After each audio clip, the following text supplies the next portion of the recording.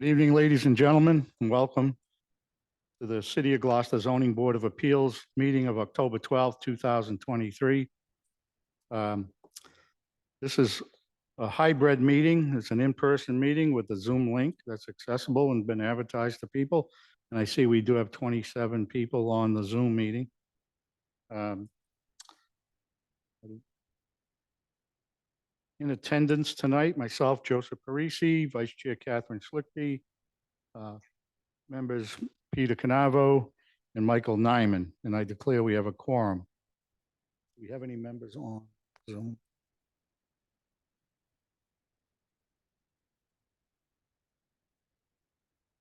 Okay. Remind people on Zoom and in present, when it comes time for public testimony, if you're on a device, you can raise your hand. If you're on a phone, you dial *9. People in the audience will just come up to the podium and we'll blend them in as they come up. Try to keep it as fair as possible. People that want to give any kind of testimony one way or the other. The Zoom meeting link for the record is 861-2787-5460. And the meeting is being recorded, audio and video. First order of business is the approval of the minutes of September 14th, 2023, which were posted on the drive. We have a motion to approve. Mr. Chairman, I move approval of the minutes for September 14th and Oh, just before. for September 14th. Second. Motion made and seconded to approve the minutes. Are we all in favor? Aye. Opposed? The minutes are approved. The other minutes we don't have yet. Okay, we'll begin with our public hearings tonight. And the first petition is the application of Richard and Janet Oliver seeking a special permit to demolish and reconstruct an existing non-conforming single-family dwelling pursuant to section 1.9, 2.4.3, and 2.4.5 at 728 Washington Street. They're represented by Attorney Sheedy. Is she on the Zoom?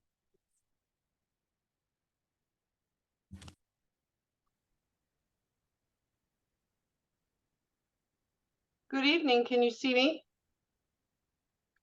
Not yet. Let's see. Is your video on? It is. Oh, nope, There it you go. wasn't. Sorry.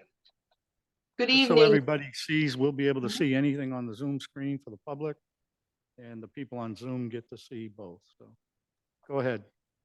Yes, good evening, Mr. Chairman, members of the board. Wilhelmina Sheedy here, appearing tonight on behalf of Snug Harbor Condominium Trust and the owners of Unit 1 of the condominium located at 728 Washington Street, Richard A. Oliver and Janet F. Oliver. And the petitioner's property, if we could bring up the site plan, I could try to do that. You can Oh. still share your screen.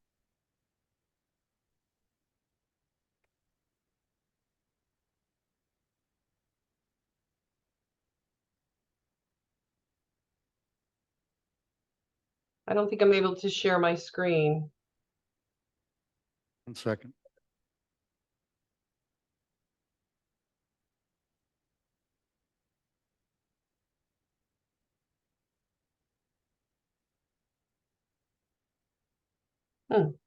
Let me just try here.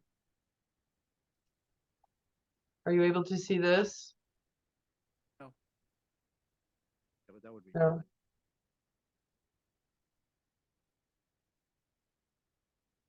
Oops.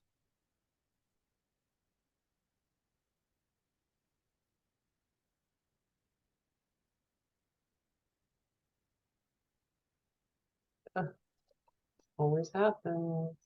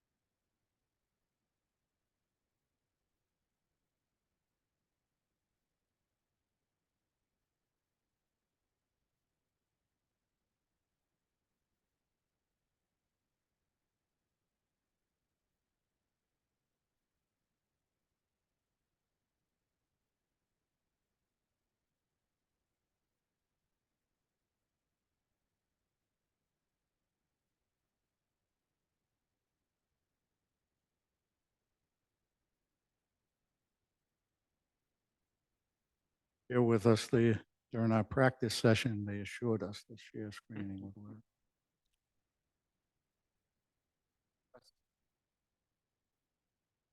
I know people in the hall, it'll be Wi-Fi to the projector and it will share through there. Or you can join through the meeting, either way.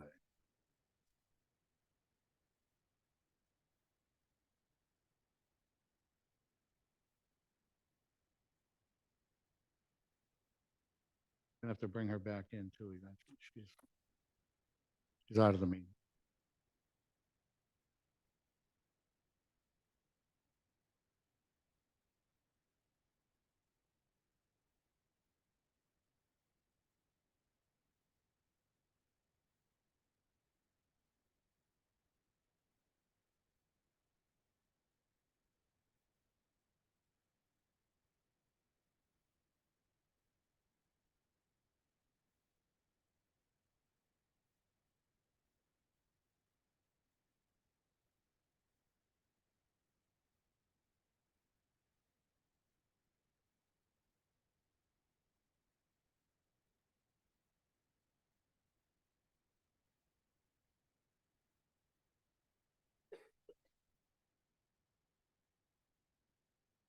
Shouldn't. But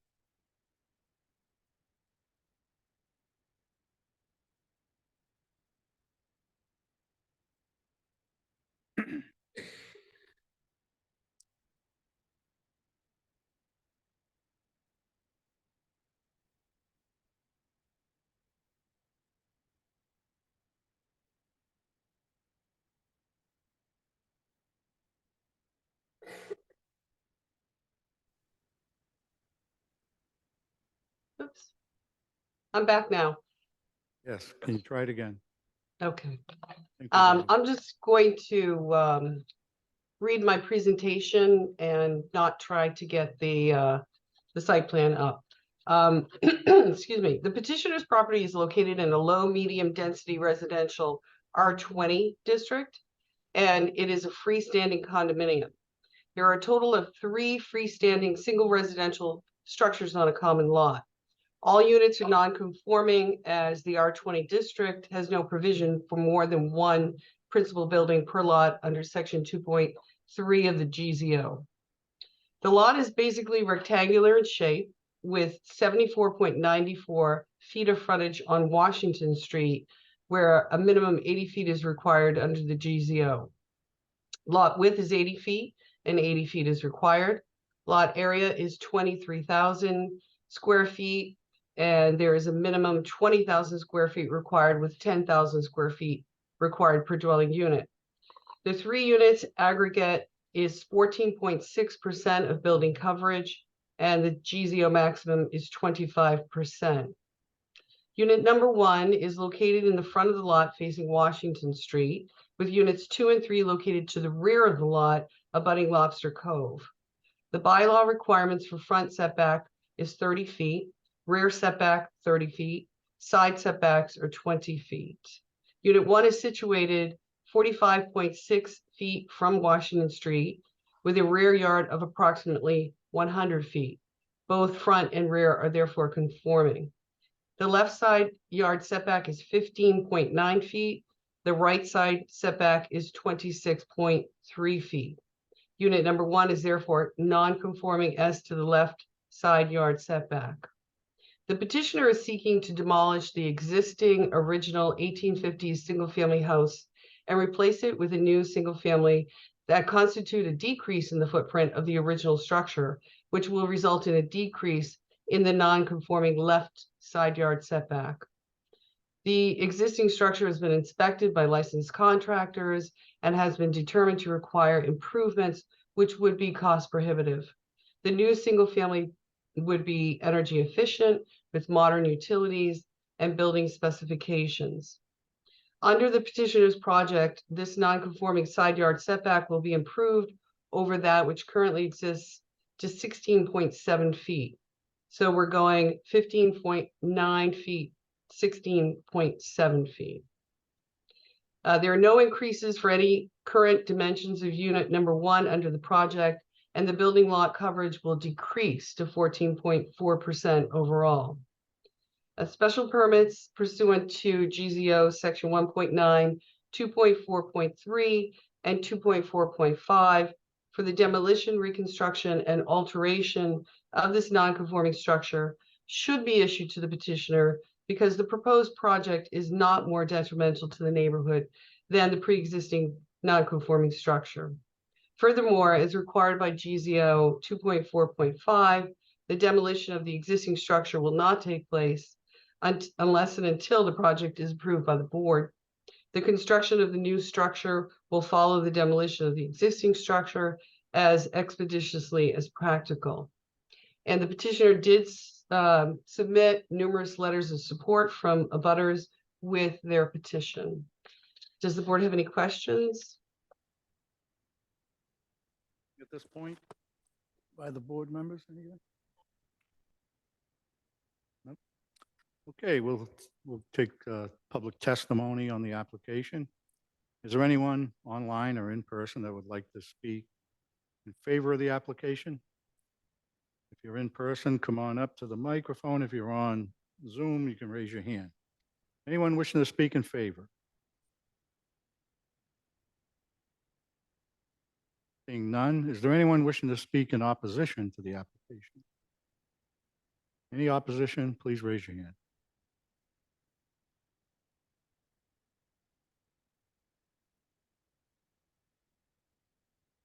Seeing none, no need for rebuttal discussion by the board.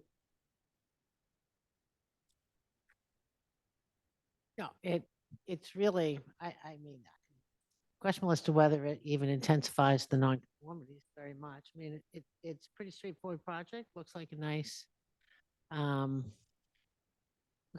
new structure. I personally don't really see much problem with it.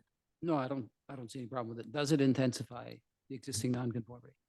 Well, the tear down and rebuild certainly triggers 2.4.5, so we got to do the special permit equally. I mean, you're certainly not exacerbating the nonconformities in any way. Because they're so, shrinking, Yeah. actually, a tiny bit. Yeah. Not a lot, but a tiny bit. Yeah. Footprint, yeah. Yeah. Okay, no other discussion. Entertain a motion. On the petition of Richard and Janet Oliver seeking a special permit to demolish and reconstruct an existing non-conforming single-family dwelling at 728 Washington Street. I would move approval. If it does intensify the non-conforming nature of the existing structure, it certainly is not detrimental to anyone, and I would move approval for that reason. Second, Motion made and seconded. Roll call vote. Mr. Nyman, yes. Ms. Schlichting, Yes. Mr. Canavo, Yes. Mr. Parisi. Yes. You've heard our decision. Attorney Sheedy is favorable. We'd appreciate it. Thank if you. Produce a draft decision for us. to Absolutely. review. Absolutely. Thank you very much. Thank you. Good luck. Okay, our next hearing tonight is the petition of Melissa Sala, seeking a special permit to alter and expand an existing non-conforming structure pursuant to section 1.9.1, requesting a change in use to multi-use pursuant to section 2.3.1, subsection 5B, and building height up to 35 feet pursuant to 3.1.6A at 18 and 18B Rogers Street. Attorney Favazza. Good evening. For the record, Joel Favazza, an attorney at Seaside Legal Solutions, 123 Main Street here in Gloucester. I'm here on behalf of MS9 Rose Realty LLC, which is owned by Melissa Sala. Melissa is here tonight. And we are here tonight hoping to build a new Sugar Magnolias for Gloucester to enjoy. But of course, thanks to the Gloucester zoning ordinance, it's going to require a bit of help from you guys. So the proposed work is to basically, we're saying rehabilitate, we're to remove the old House of Mitch building and reconstruct it. As you may know, the entirety of Roger Street is filled tidelands. It's all in a floodplain. And the floodplain elevation is 5 feet off the sidewalk. And whenever you do renovation work to even an existing building, once you exceed 50% of the value of the building, not just the property, the building itself, you must bring that building up to compliance with FEMA flood regulations.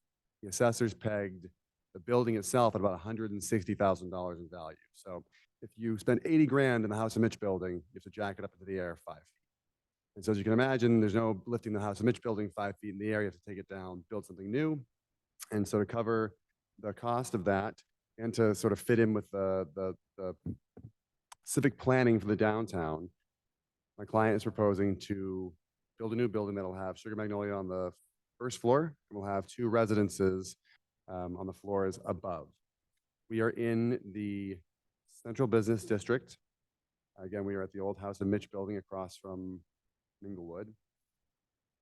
And while the restaurant use itself is allowable by right, and while the restaurant use itself does not require parking, the restaurant use doesn't even require setbacks, once you begin bringing in residential uses, you have to start complying with a whole lot of dimensional control.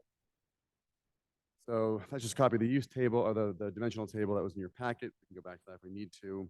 Here per you is a full set of the plans. This is looking at it from, if you're basically the Pilot House parking lot, that area looking toward what is House of Mitch now, that's the idea. This is again, floor plan of the first floor, site plan, and we have the second floor and the third floor. If you need any questions, we can go through those, obviously. This is showing the existing House of Mitch building, which, as you can see, doesn't quite fit in with the buildings around it. Again, this is it from the side. You can see it's that little guy down there on the bottom part, and that's it from the other angle. And so this will be the building afterward. Again, it'll be commercial use on the first floor, second and third floor will be apartments, and it will be flood compliant. Here's just shot to the side, and this is the aerial view of the property from Map Geo. And that, of course, is the building itself for those who are not familiar with the House of Mitch building. So we need quite a few permits. We'll start off with the use permits. So we are allowed to convert to a multifamily in the CB district, except that we are making an expansion to the footprint. There's ADA access being added in the rear. And when you expand the footprint to go into a multifamily in the CB, you need to have a special permit. You need a multifamily special permit for the entirety of the project. And then within that multifamily, again, the GZO calls anything that has 2 or more residential units on top of a commercial a multifamily. We still need to go get the actual restaurant use. And because the restaurant is going to have outdoor seating and would likely exceed more than 20% of its sales for takeout, we also need an SPS use permit for that also. So we need a use permit for a multifamily for the entire building, and we need a use permit within that use permit for the restaurant with outdoor seating and takeout. That is the formerly 6, now 7-factor test under 1.8.3. And I'll go through it briefly. So social, economic, and community needs. Anyone who is fortunate enough to dine in Melissa's former location knows that this is a great restaurant, a destination restaurant for people on the North Shore. And it's also going to create 2 new units of housing. Everyone knows that we are short on housing in Gloucester.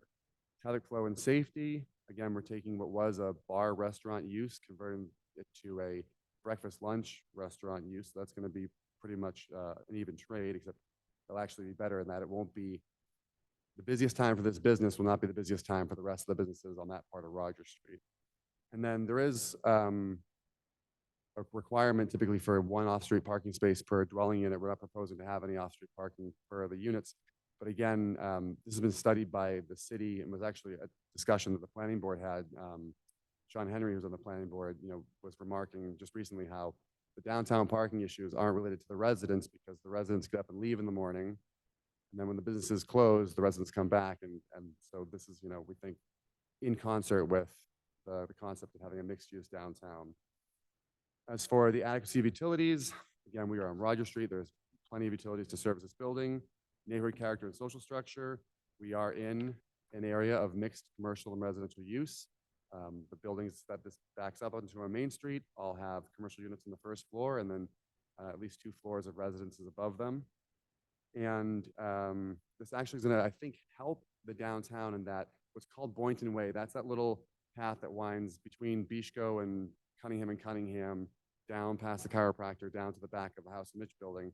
You know, right now, you have Castaways doing their best to put signs up to say, hey, like, come down this way, there's things down here.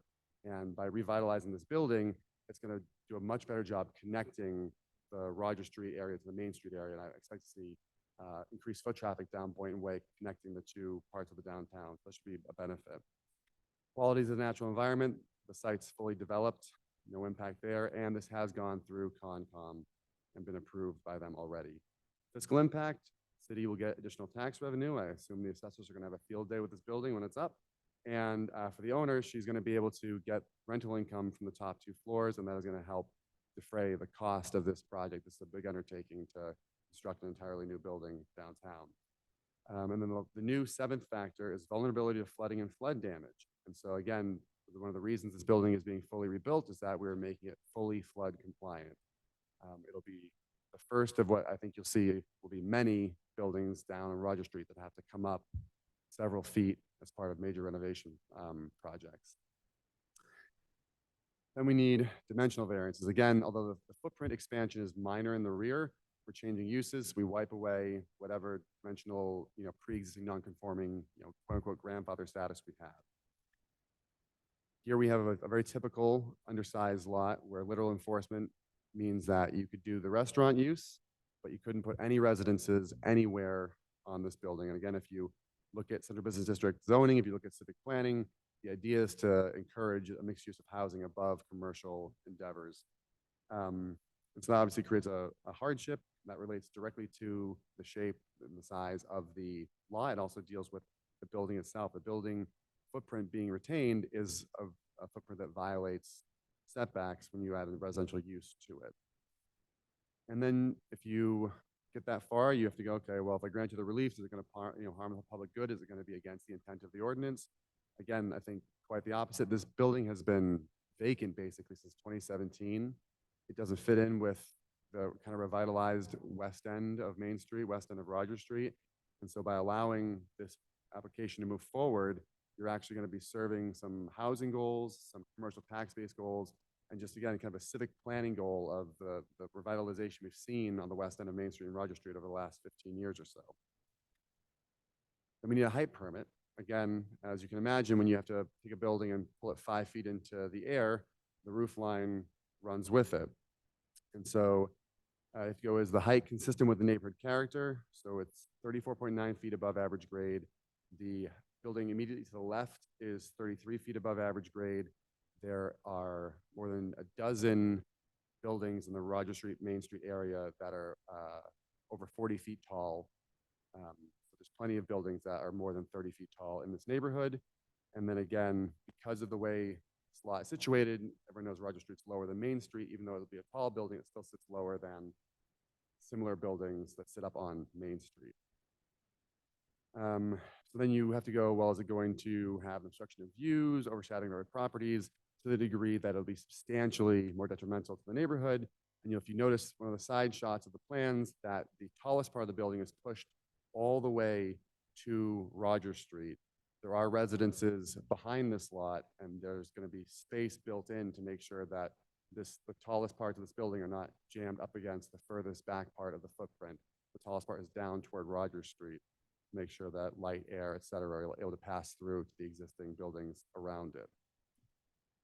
There's a quick little illustration. So everything in purple is the FEMA floodplain, so you can't build any habitable level below that. You'll see the building extends into the purple. That's all flood compliant construction, but you can't have mechanicals down there. You can't have any permanent storage. You can only have flood-proof construction, staircases.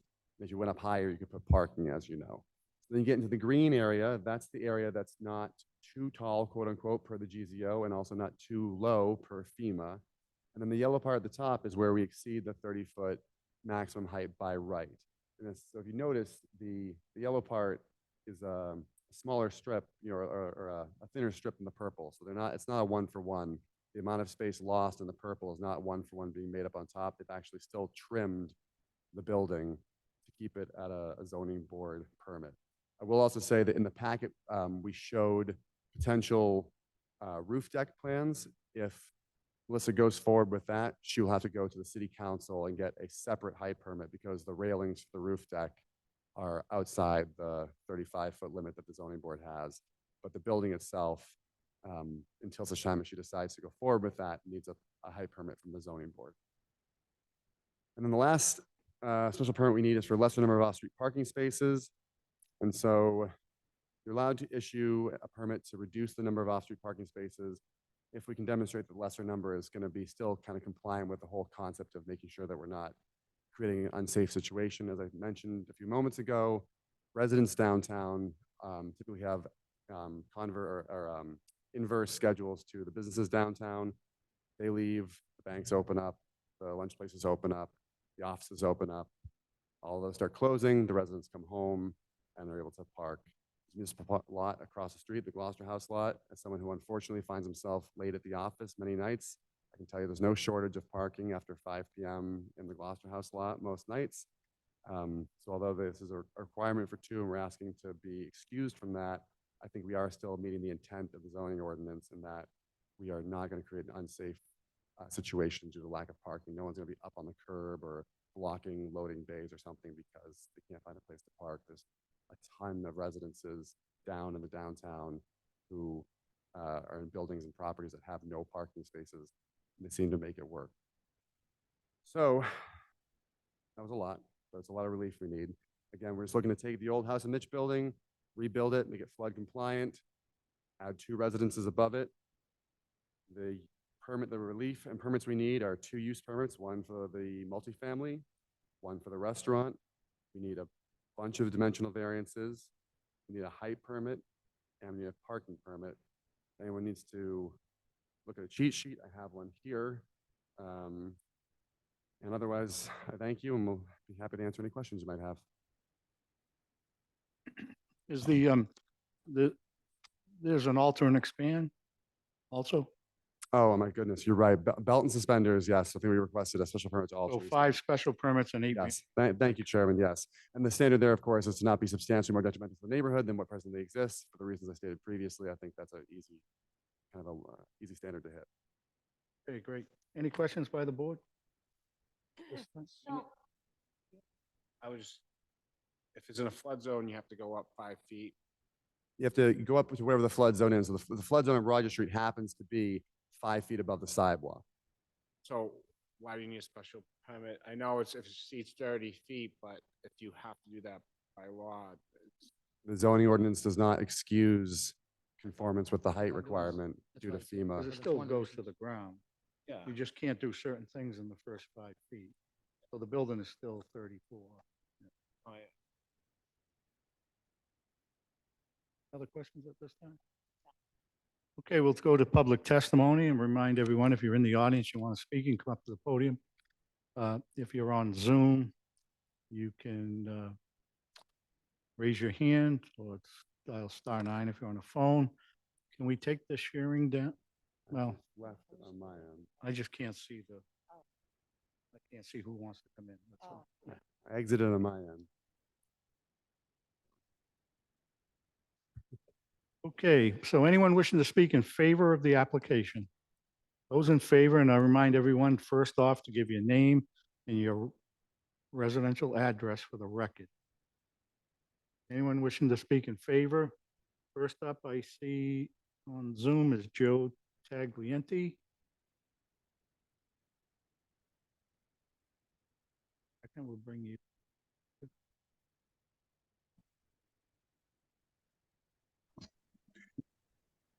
Hello, Mr. Chairman, can you hear me? Yes, we can.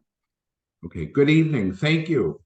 My name is Joe Taglienti, and my wife Romy and I are residents of Gloucester at 93 Wingersheet Road. On top of that, I am a 30-year veteran of the hospitality and real estate industries. And I have to say that I think the design that Ms. Sala is introducing here for development is an excellent design and will be a tremendous addition to the economic infrastructure of downtown Gloucester. And she has been a wonderful steward of an institution of Sugar Magnolias, and we need Sugar Mags back. So I would like to respectfully recommend and encourage the board to please give her her permits this evening and allow her to build this beautiful structure that she's introducing this evening. Thank you. And I'm the wife, and if we don't have that, that's a huge loss to Gloucester. Sugar Mags is a staple. If we don't have that, you know what are we gonna do? Thank you. Thank you. Next up, Megan Wolf.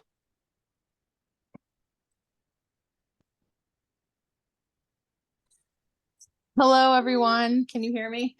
Yes.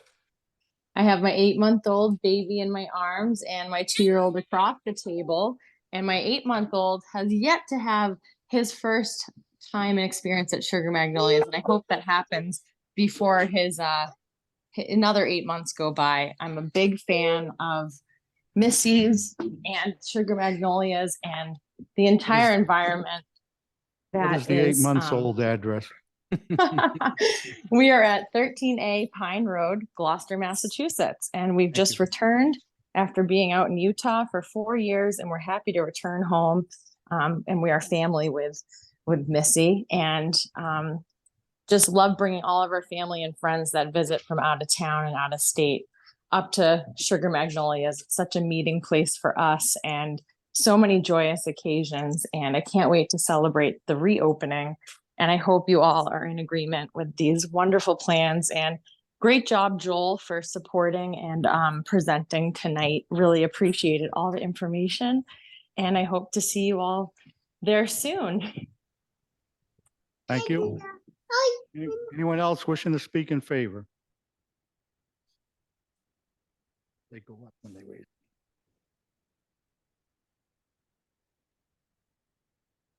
Anyone else wishing to speak in favor? Can't keep talking. Anyone wishing to speak in opposition? Please raise your hand. Anyone in opposition? You can come to the podium, sir. Let's give your name and address for the record. Hi, I'm Dean Snell. I own 16 Roger Street. Can you get closer to the mic, please? Sorry. I'm Dean Snell. I own 16 Roger Street. It's the building to the left of 18 where they would be attaching to. I'm not exactly opposed to what you're doing. I love what you're doing, basically. My only problem is, my first problem was I never got contacted. Attached to my building, all I got was a notice from the Zoning Board of Appeals. So I would have expected that I would have gotten, I was surprised that I didn't get any contact with them whatsoever. I had to reach out to the architect. Anyway, just gonna, so I don't forget.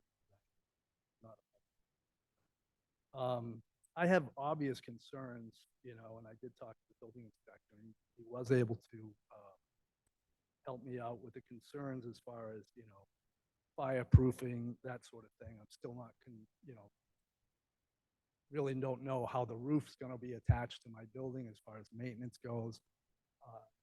He said they would have to have an engineered foundation plan so they don't undermine my structure. I have no idea what's down underneath my structure. It's an old wood frame building. So I have the fire concerns, things like that, which the building inspector did inform me that they would have to take care of. The only thing, let's see, their first set of plans that I saw showed a step back to allow light into my third floor windows. However, I know they had to do the floodplain thing, which kind of changed their whole plan, which now they basically, the architect informed me they're going to be blocking my windows. I need that north light for my work. I'm an artist and a furniture maker.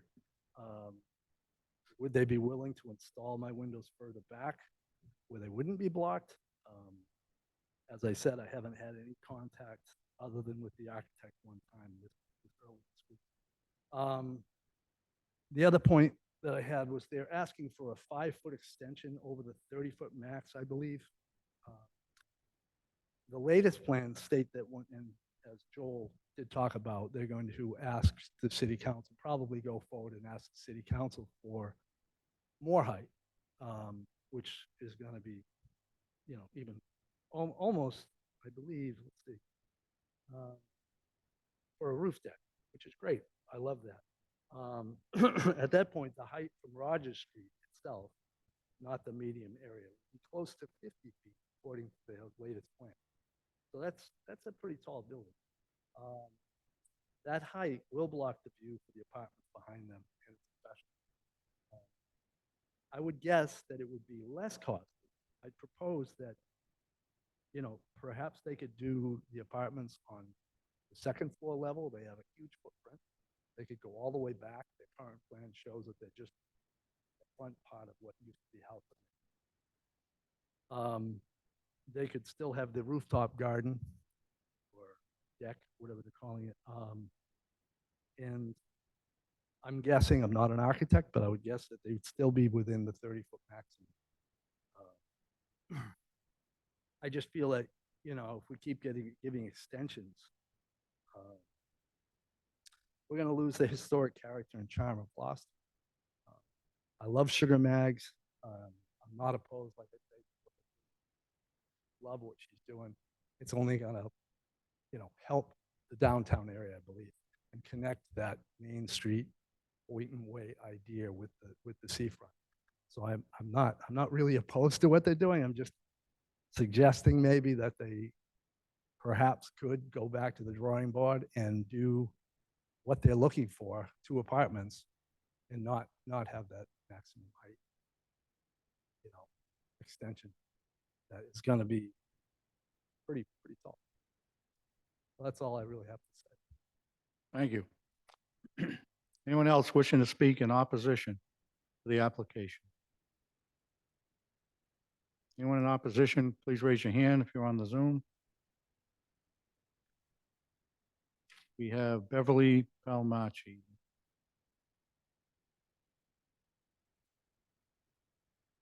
Hello? Yes. I'm afraid I couldn't understand most or actually hear most of what that gentleman said, but I believe what his objection was the height. I agree with that. And aesthetically, that looks to me like a building that would fit more in with maybe Miami Beach than Rogers and the Middle Street neighborhood. There doesn't seem to be any aesthetic attempt to fit in with that gentleman's building. I mean, even lintels or something over the windows. It just it doesn't look appropriate. Style-wise, I think he said to put 2 units on 1 space, if I heard correctly. I really was straining to hear him. That sounds like a good idea. And the issue of parking, to me, is always a big issue. Don't we have now a 13-room B&B motel or whatever they're calling it with no parking? And they claim that lot is where their guests are going to park. That lot can only accommodate so many cars. It's, I don't know. It seems a little unreasonable to me to expect that one St. Peter's lot to accommodate new parking. So those are my issues. And also in terms of adding the much needed housing, what will the cost of this housing be? Is it anywhere near affordable? Because I think that our community development plan, the last one we had, the stress was on affordable housing, not expensive housing.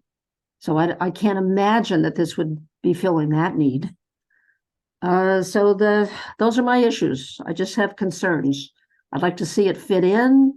I'd love for there to be some kind of parking, and I think it should be lower and aesthetically fit in more with the character of the neighborhood. That's it. Thank you. Thank you. Anyone else wishing to speak in opposition?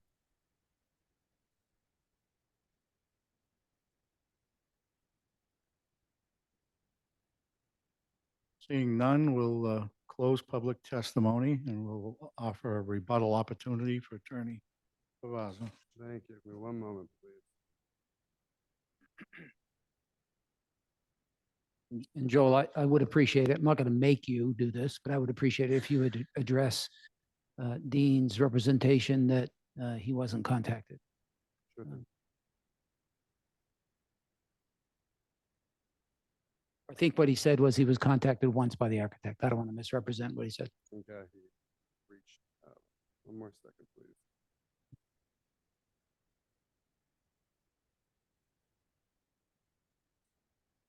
I'm just trying to pull something up for the board's reference.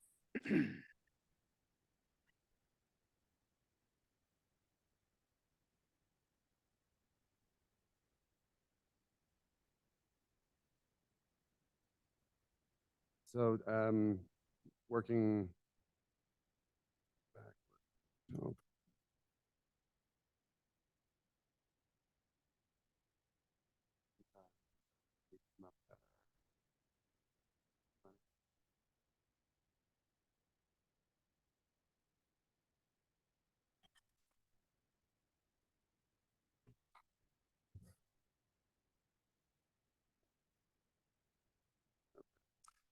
So let me throw my screen up real quick for everybody.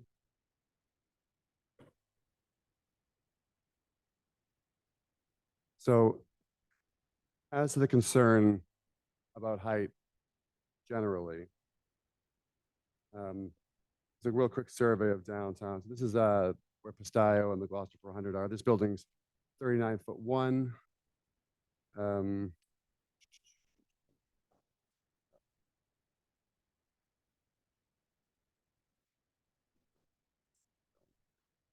I do think it's important to give some context because there's concern here and obviously at home about the height of this building.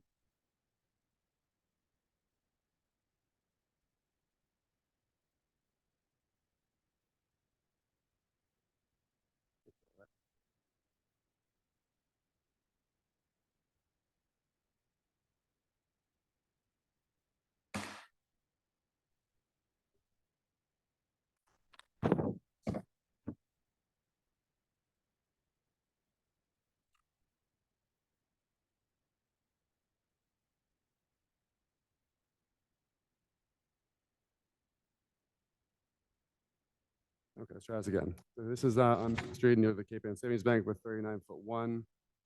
This is across from Virgilio's. It's 39'8". This is across from Brown's Mall. It's 40 foot even. This is on the other side of that same intersection. It's about 41'9" above the parapet or above that little decorative lip. The decorative lip is 37'9". This is the Blackburn building. It's 42 feet tall. This is the Passports building. It's 44'5". This is Central Grammar. It's 51'8". This is part of the Browns Mall. It's also 51'8". This, of course, is the Lorraine building, 54'7". This is the building it's to the right of Jalapenos, 57'4". This is the back of Browns Mall, 61.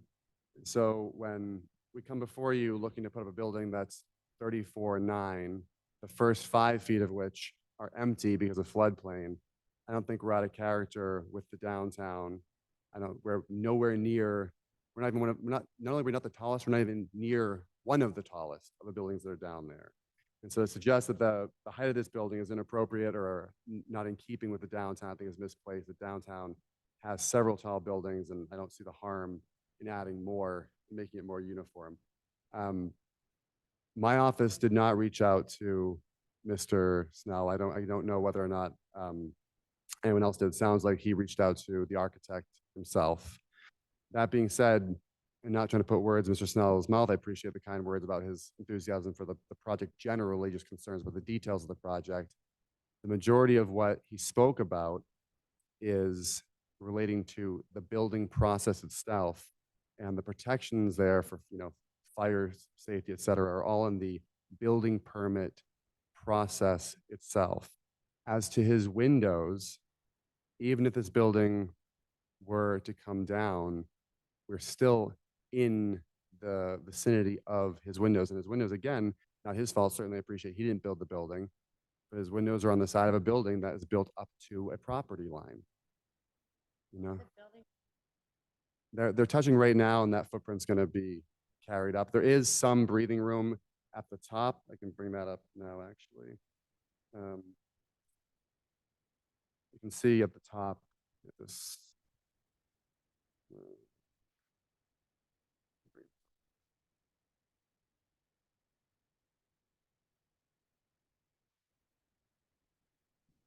At the very top, you can see there is space. Again, it's, you know, it's not as low as I appreciate Mr. Snell would appreciate, but there is, you know, a gap in this area that allows for some spacing. But otherwise, the parts that are touching, again, they touch now. There's a small little alley kind of in there, and that's being preserved down on the lower level. But this is a situation where you look downtown, again, the CB district is intended to have 0-foot setbacks. You're supposed to build up to these property lines. It's unfortunate that he has windows on this property line and or on this side of his building, and still is built up to that property line. But again, of the two things before you, the two buildings there, which one is not, you know, in keeping with the civic planning design of the CB district? It would be the building that has windows on that side, despite being built up to the property line. And to say that my client's property shouldn't exercise, you know, the ability to go up on the footprint that exists, to follow the model that is down there, which is building to building to building to building between blocks, I think is misplaced. You know, I am happy to have my client work with Mr. Snell, you know, between now and the building permit process, to make sure that, again, the construction is a open communication sort of situation, to make sure that the crews that are coming in are being sensitive to the work that he's doing in there. I've seen his work, but it's incredible. So obviously, you know, we're not looking to harm anyone. But again, the majority of the concerns, aside from height, were related to building and construction. And that, again, the protections are there in the building code, and we're happy to continue to work with Mr. Snell on that side. But as far as the zoning board is concerned, as to the height and the proximity of the structure to the sidelines, we are doing what we're supposed to be doing with downtown property. We're building a building up, we're building it out to the property line, and we're trying to make it, you know, a vibrant piece of downtown. So I would, again, without any disrespect for those who have concerns, I just would say that they have not shown you that we have failed to nevertheless meet the standards before you to grant the relief. Respectfully, he was there first. Your building wasn't that high before, and you're adversely affecting that side of his building. So I'm just a little surprised that there's not more interest in trying to bring him further into your camp. That's all. It's a little surprising, and it's quite surprising to me that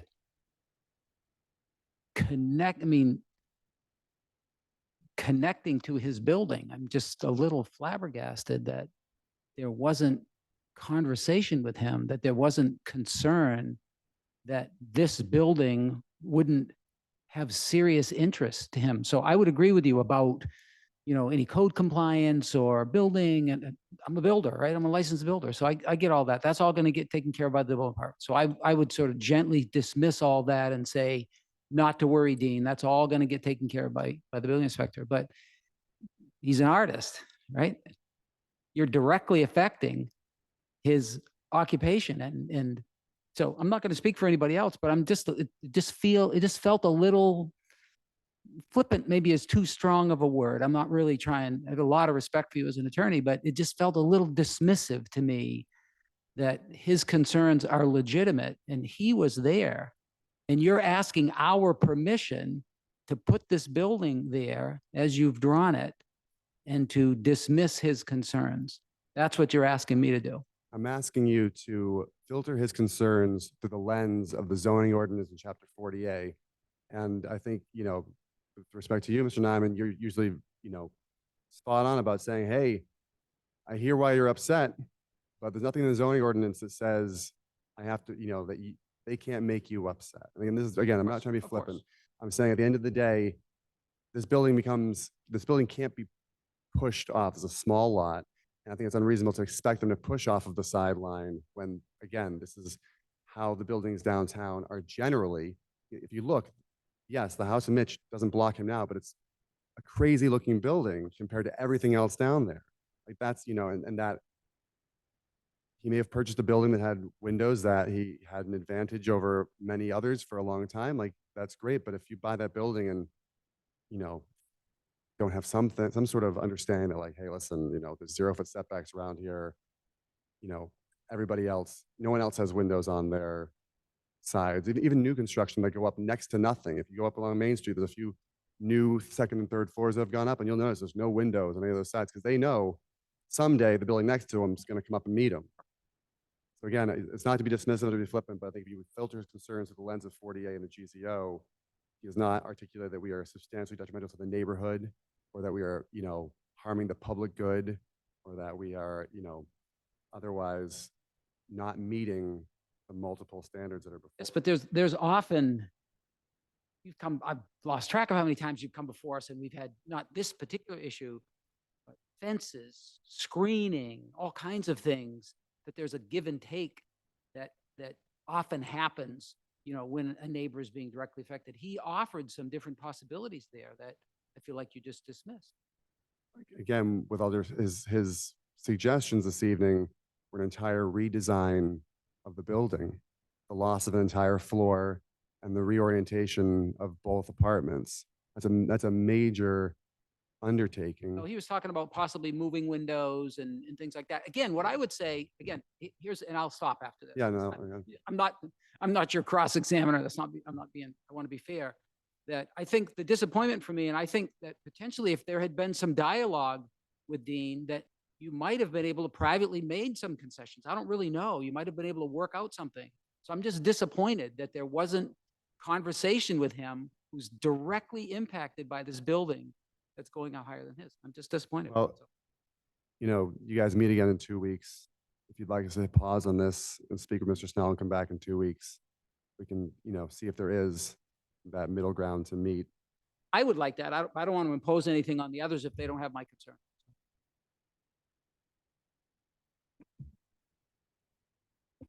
Well, I'm never opposed to talking to see if you can work things out, but I'm not, I appreciated that the height was at the street as opposed to putting it on the back of the building, because those are residences. It's a non-starter on the back of the building. Yeah, those are residences behind there, and this is people's living space, not to diminish how important the light is to your workspace as well.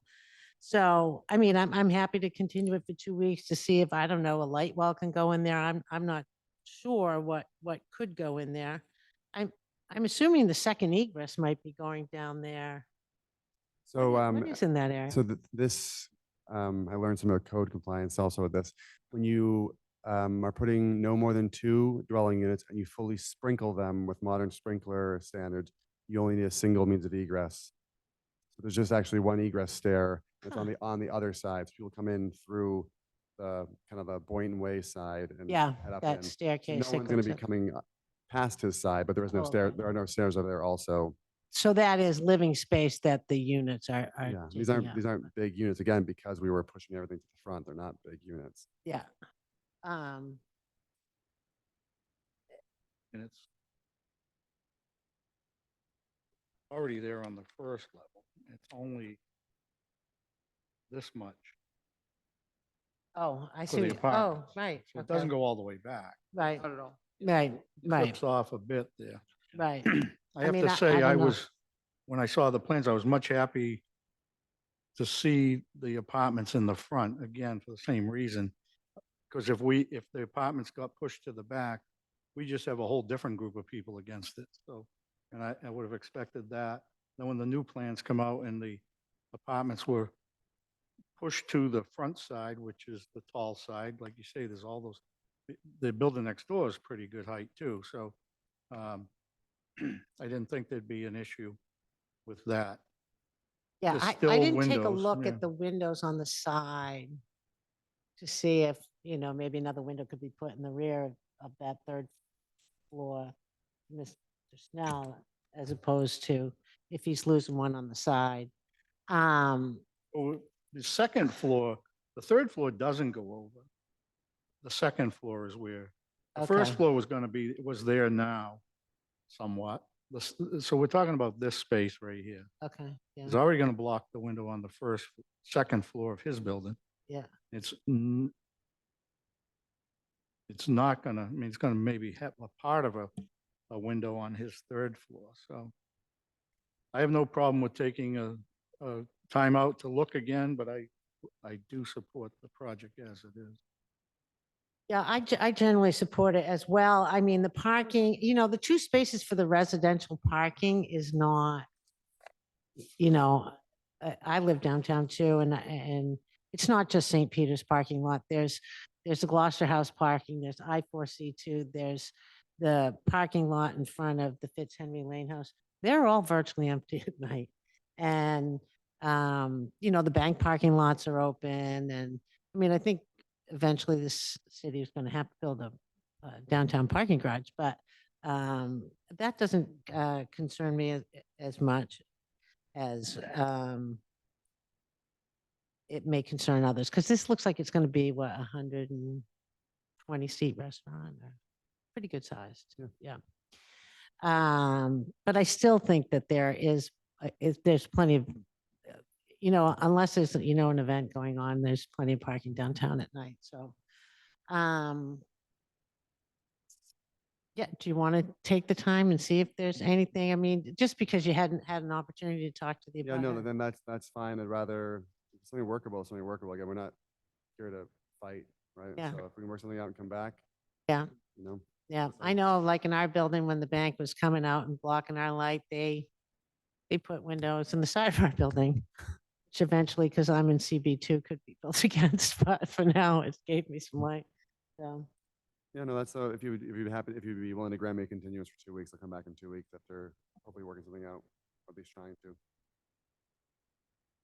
Okay, so we'll entertain a motion to continue. We've closed the public testimony. I can make that motion. I'd move continuance for 2 weeks for the petition of Melissa Sala to our next scheduled meeting. Second. Motion made and seconded to continue to 2023. Roll call vote. Mr. Nyman, Yes. Mr. Canavo, Yes. Ms. Schlichty, yes. Mr. Parisi. Yes, Thank you. it will continue.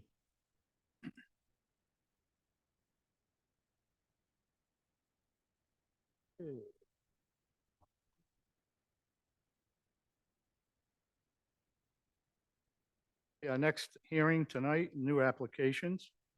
The petition of One Salt Island Road LLC seeking a special permit pursuant to ZBA Section 1.7, 1.9, and 2.4.3A to alter and expand an existing non-conforming structure and relief from setback requirements at One Salt Island Road. The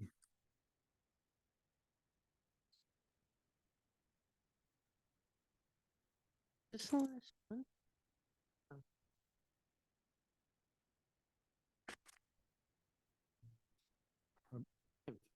Very familiar. Good evening. Thank you for having us this evening. Am I able to share my screen? You need to get closer. Oh, sorry. Am I able to share my screen? You can. It's Wi-Fi.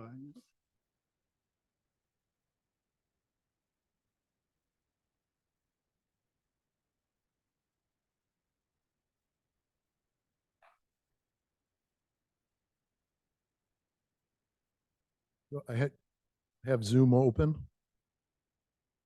Able to share? Let's try bringing it in the other way.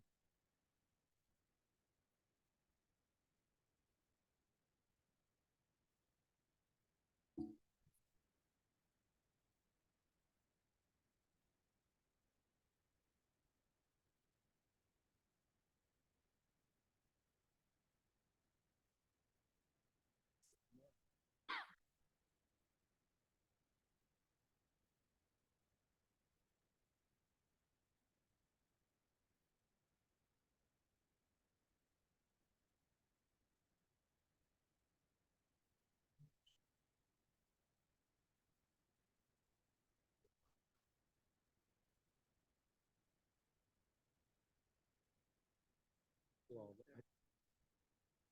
Be able to add as a presenter, is that how it is? I'm not good at technology. Even down the side. I had a meeting this morning that took me 10 minutes to get into. What is your name? Share your pain. John Paul Martinetti, on behalf of One Salt Island LLC, 1 Salt Island Road, Gloucester.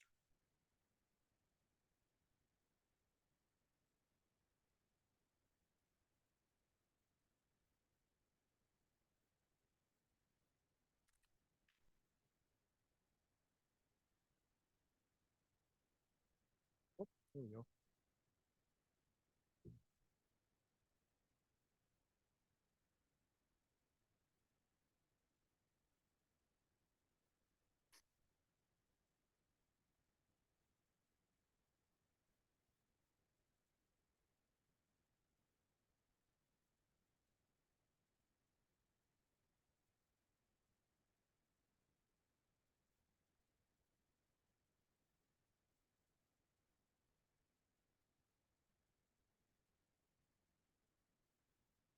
There you go.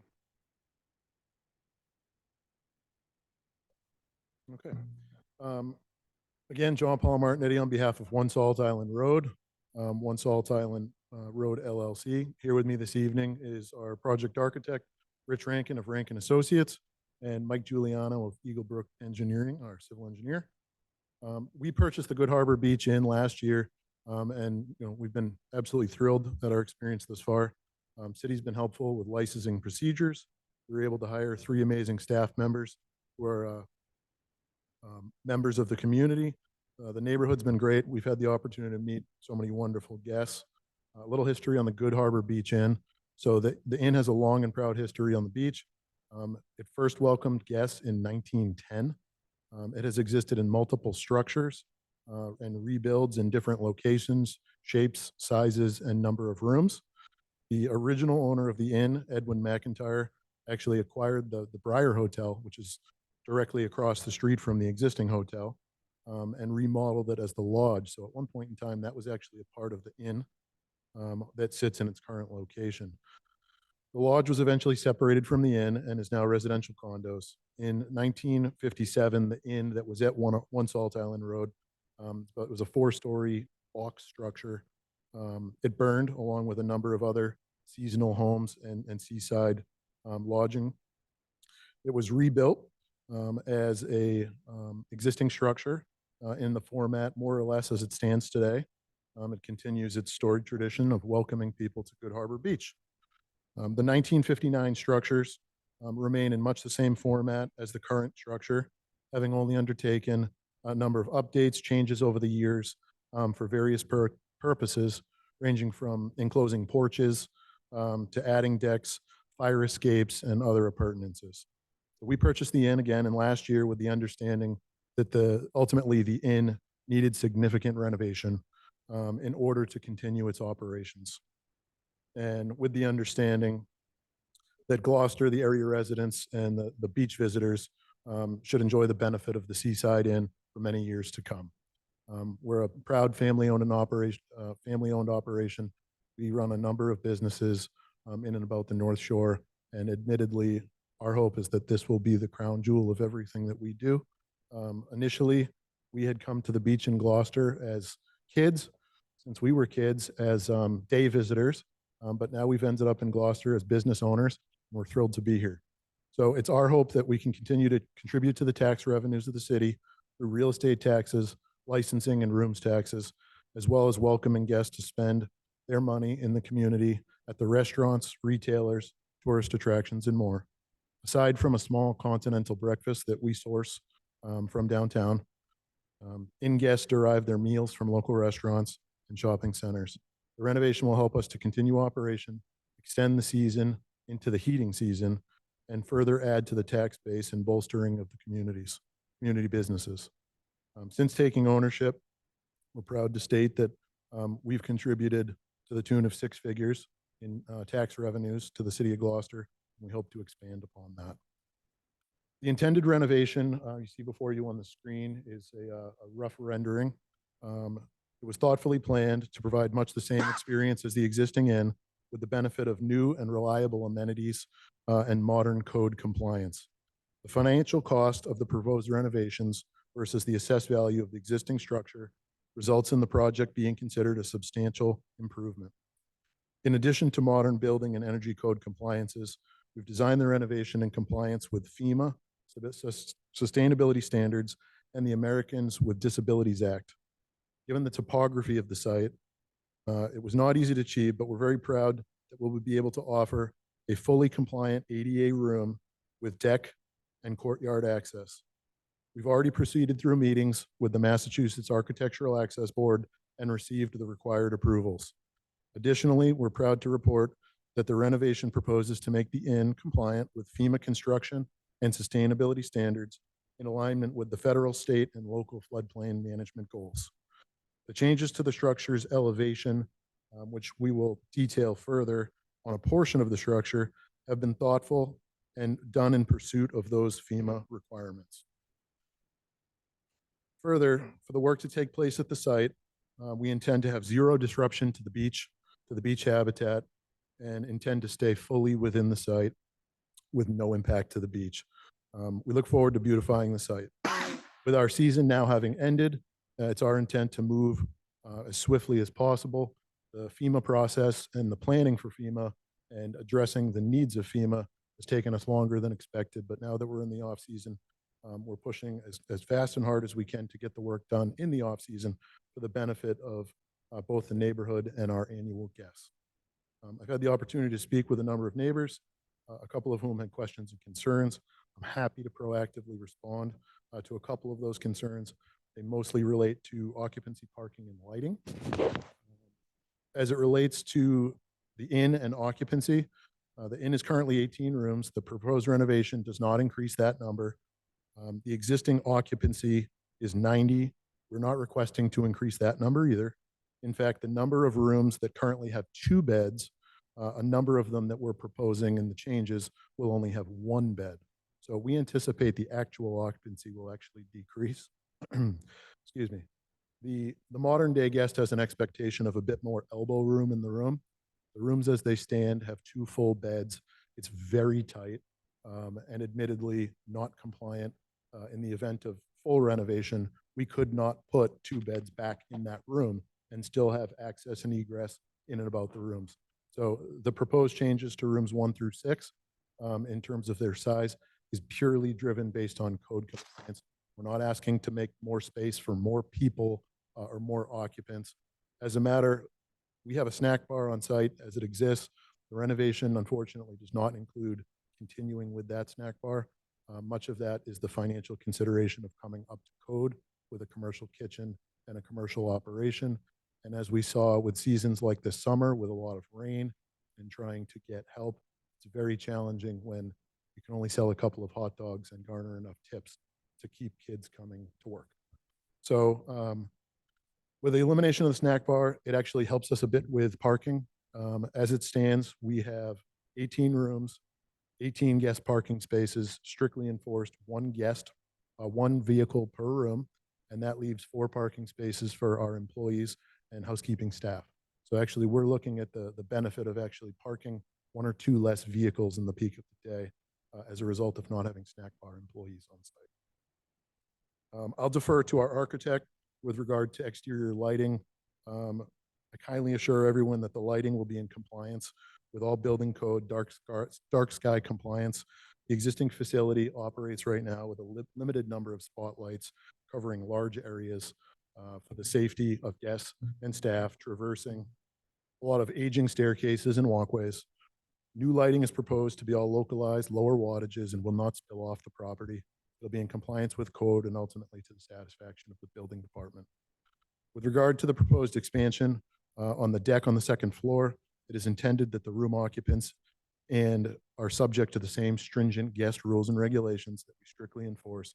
I'm proud to report that in our 2 seasons of operation, we did not experience any issues with noise complaints, nor would any proposed renovations allow for such behavior. Our staff is dedicated and professional. Our guests are provided a significantly stricter guideline than most hotels and lodging facilities and our deposit and refund policies are admittedly unforgiving. And much of that is done for the benefit of guests and for the benefit of the neighborhood, and that will never change. Lastly, we take great pride in the businesses we operate, the hospitality that we provide, and the positive impact on the community. We're confident that the renovation project proposed before you will improve the entrance to Briar Neck, to Good Harbor Beach, and be a jewel for the city of Gloucester for many more years to come. Lastly, I just want to run through the proposed changes, just in terms of what we are here before asking the board. And I will skip through some slides. So just for your benefit, some historic images of the inn over the years. So the top left image that you see to the right side, the 4-story structure is the old Good Harbor Beach Inn in the current location. The structure to the left side, believe it or not, was the Briar Hotel, which existed directly across the street, which, believe it or not, there was another hotel to the left of that as well. So it's amazing how far we've come on Good Harbor Beach. Again, to the top right is the structure that burned in the 1950s, and the structure below is photos from the 1950s of the existing structure, again, existing in much the same format as it does today, and in need of all of the necessary appurtenances, ranging from roofing, windows, siding, plumbing, electrical, you name it, it needs it.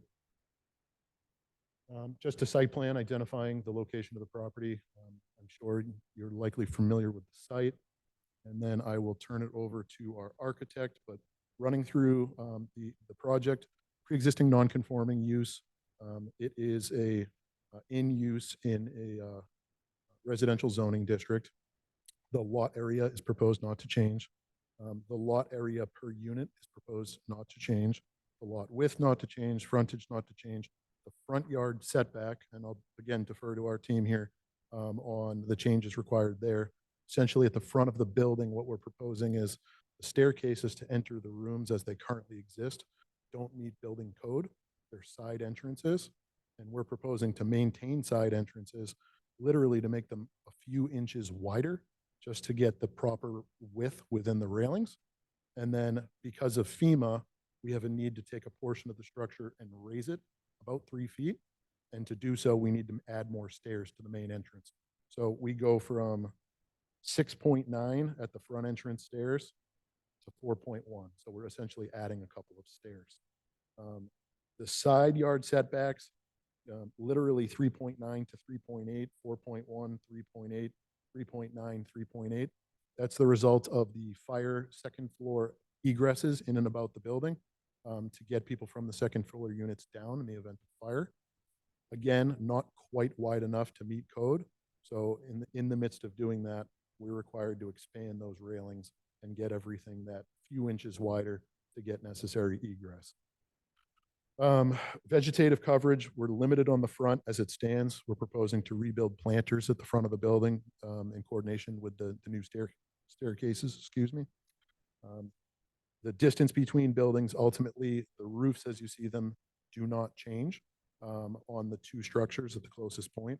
We're proposing to infill underneath the existing structure, underneath the existing roof line, to allow for those rooms, which I believe are about 175 feet today, to get up to about 300 square feet and change, which if you stayed in the typical hotel room, generally is like 375. So our rooms are hopefully going to be closer to align with a double occupancy. So basically just taking the rooms and making them more so that folks don't arrive and say, why am I in such a small room? I'm in a room that I'm expecting to see for double occupancy. Lot coverage, the only changes to lot coverage, ultimately the percentage does not change, but we'll get into the detailed plan.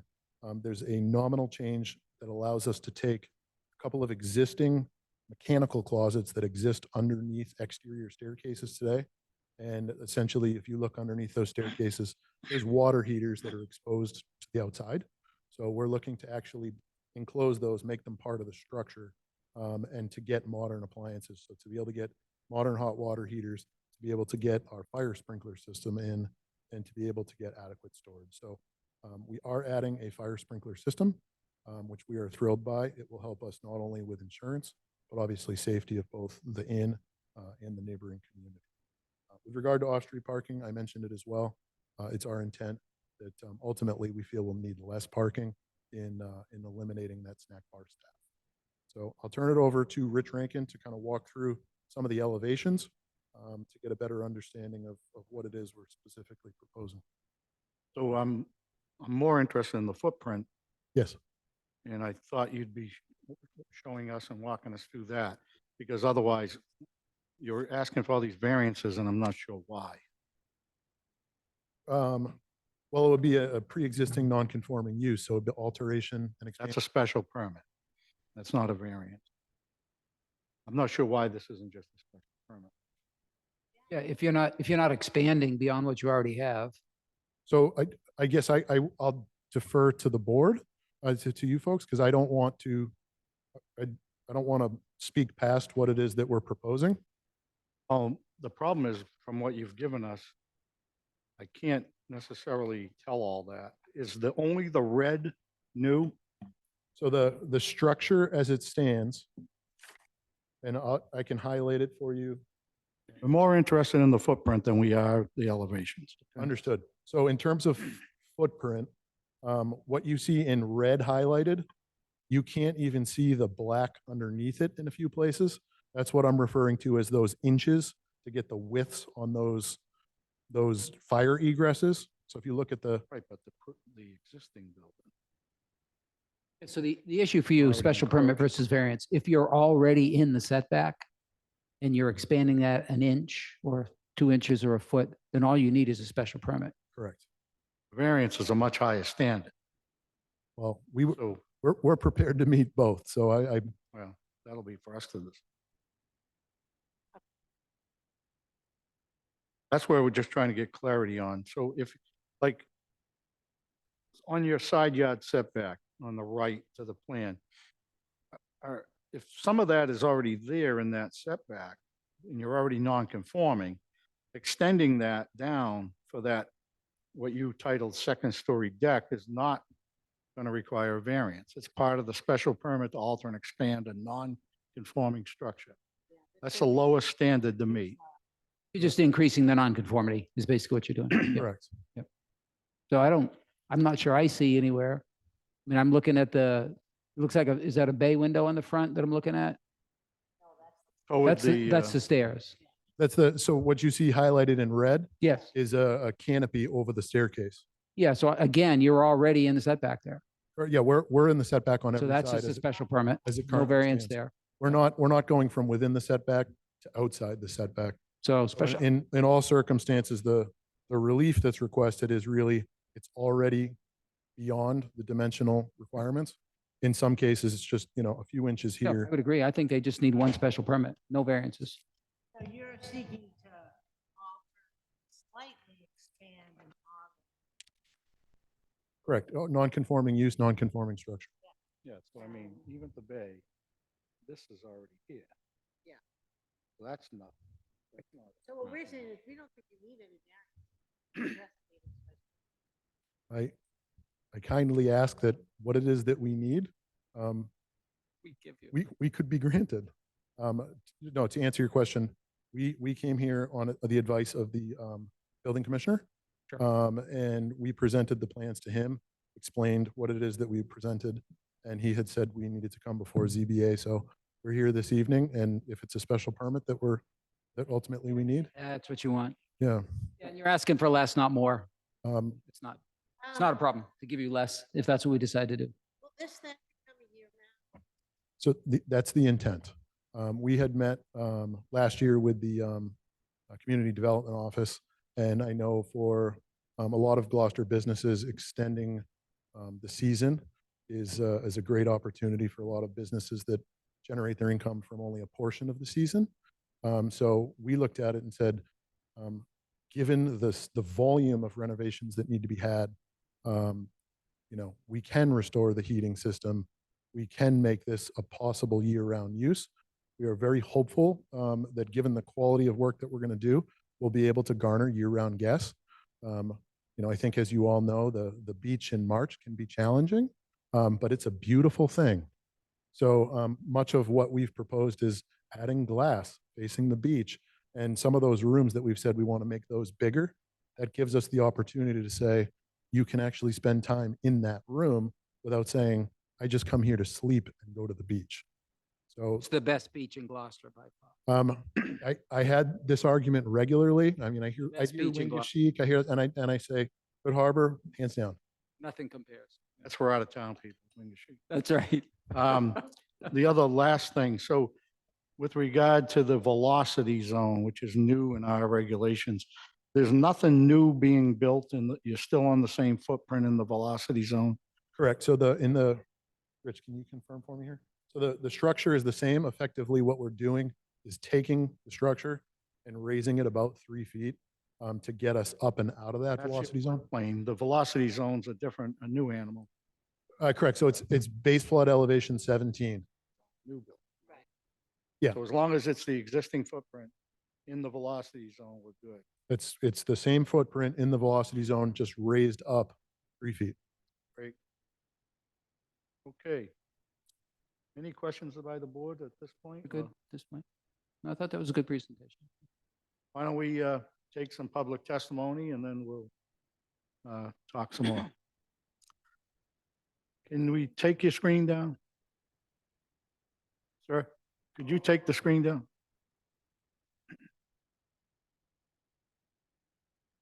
Thank you.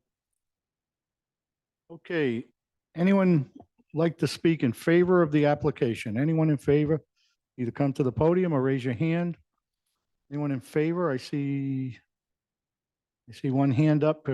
Nope, keeps going away. Anyone in favor? Seeing none, is there anyone wishing to speak in opposition to the plan? Any opposition? First up is Duncan Todd. Remind everybody, we need your name and home address for the record.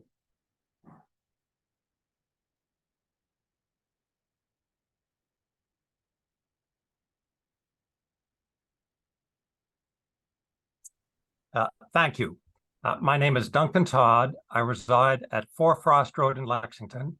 I'm an owner of 4 Salt Island Road. And my comments are, I'm not sure whether they apply to the new application that you're requesting. So let me just begin and ask your indulgence. And first, thank you, Mr. Chairman and members of the board. I've been a neighbor of the inn for my whole life, so I have firsthand knowledge of how the inn is operated.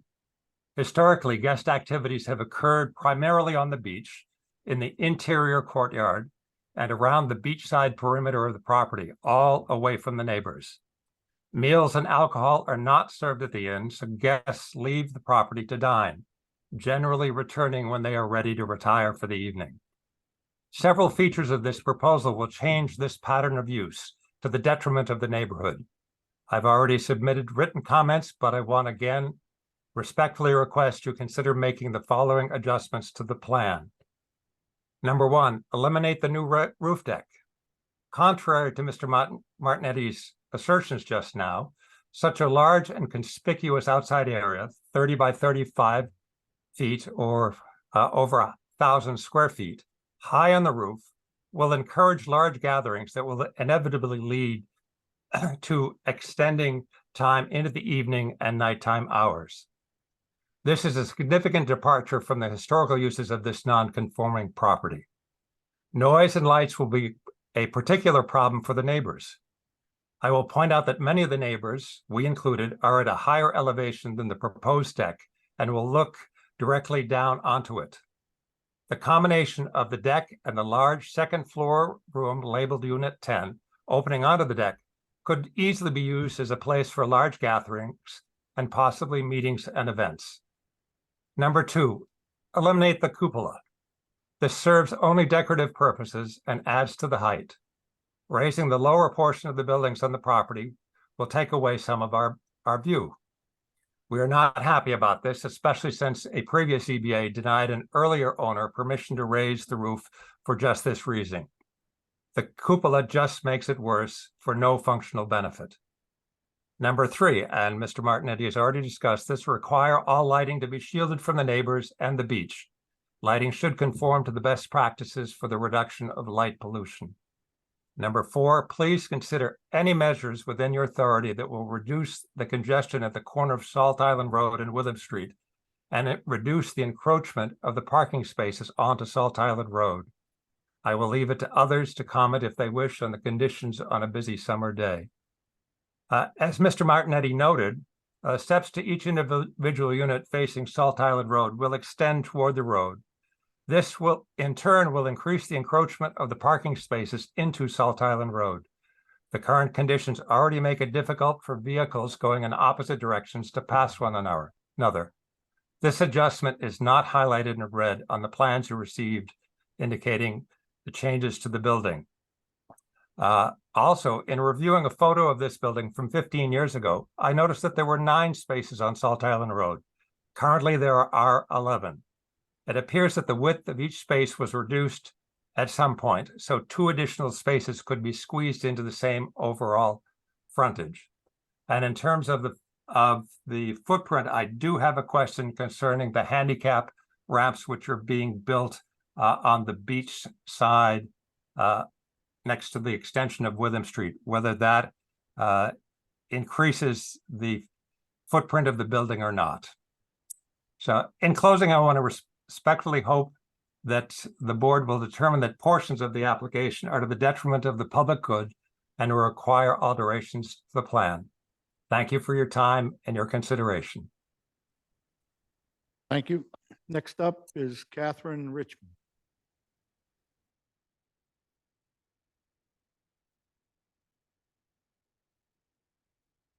Can you hear me? Yes. Hi, my name is Catherine Richmond. I have property at 5 Salt Island Road. On the plans, it was to the right of the motel. As you're on the street and you're facing the motel, it's on the left side. Pretty much my concerns are the size of the deck. And I'm okay with a deck that is similar to the other decks that are on the other buildings, on the guest ones. I think this large deck it's just going to be something that can turn into something else once it's built. It could easily be, I feel personally, it could become get a seasonal liquor license if Mr. Martinetti's willing to commit to not have any liquor. I'm still against the size. This would drastically change the use of the building and the environment, which we really are very, very, as you can see on the plans, where it's a very thickly settled area. We're very close to each other. And so I have difficulty with that large deck. I'm all for the motel to have success. It would be great to see it fixed up and thriving. And I do have concerns about, making sure they have adequate parking and the vehicles are not extended further out onto the street than they already are. And I understand the need to meet code on the extension of the railings, which would be another application process. But that's pretty much what I have to say there.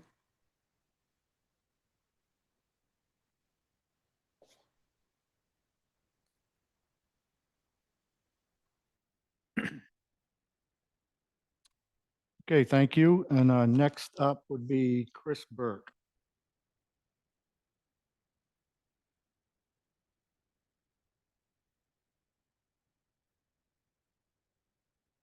Hi there, can you hear me?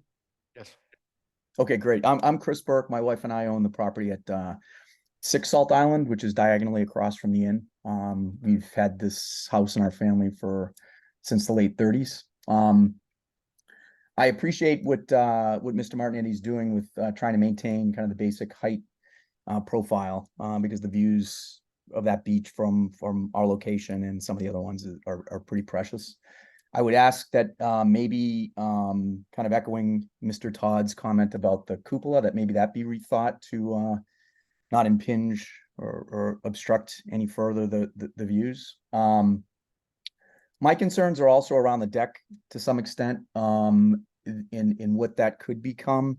I'd like to know if there are plans to host functions there, and if so, how additional parking and dealing with additional traffic and kind of managing functions there would be handled. I know that may not be something that this board considers relevant to it, but functions and additional traffic and noise and things that generates is a concern of ours.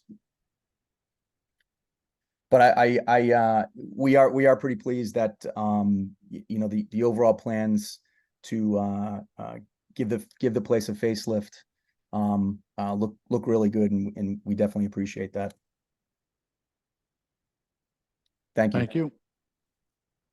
Next up is TT.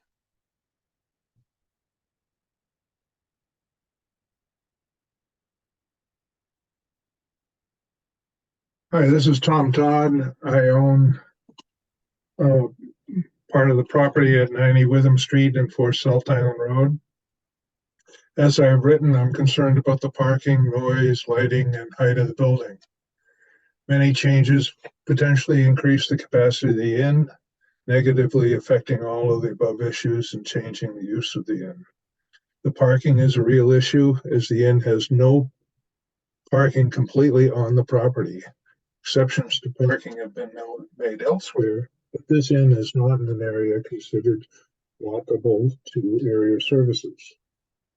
Due to the impact on our view from Salt Island, for Salt Island, I request that the cupola be eliminated and certainly not lighted.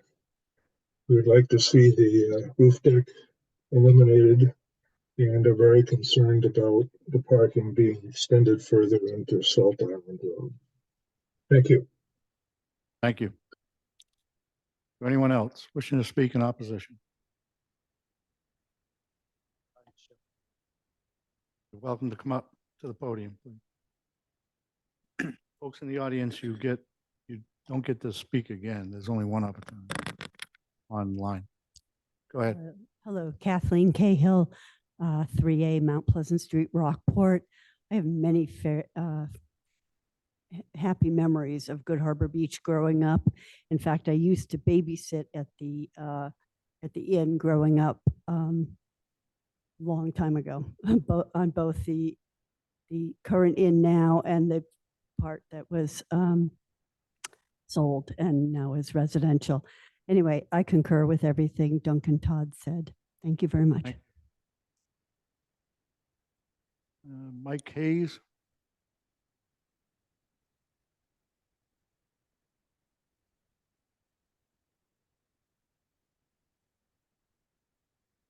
Hi, can you hear me?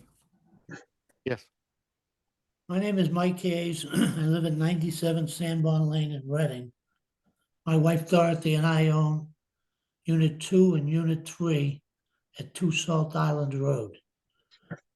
Our views from the 3rd floor look over the hotel out to the ocean. So I understand the main building needs to go up because of FEMA, but you know, the cupola on the top, to me, what's there now is small, open, you can see right through it to the ocean. And, you know, seeing as the building's going up 3 feet, I think the cupola should go away. If the cupola stays, and that's glass I'm looking at, and the sun comes up in the morning and shines off that glass, I don't know what that's going to do to me sitting on my deck. So as far as the cupola goes, I am against that. On the building in the back, which the left side of it, which would be closest to over where the handicap ramp is, I see the roof's going up there 2 feet. That to me is like extending a non-conforming use that takes view away from me looking over that roof. So those 2 feet there, I would rather see that roof level stay the way it is. And I think in that room there, they're extending that room out too, and then adding the 8-foot deck on it. I guess those are not the biggest issues I have. The 2 feet of the roof, the cupola is a real concern. As far as the project goes, I think they're doing a nice job. It is nice to see it get done over. I understand the situation with the second floor of the main building is now really turned into a function area. I would think it's pretty easy to put a kitchen in there and cook and feed out to the back deck. Noise at night could be an issue there and a concern also.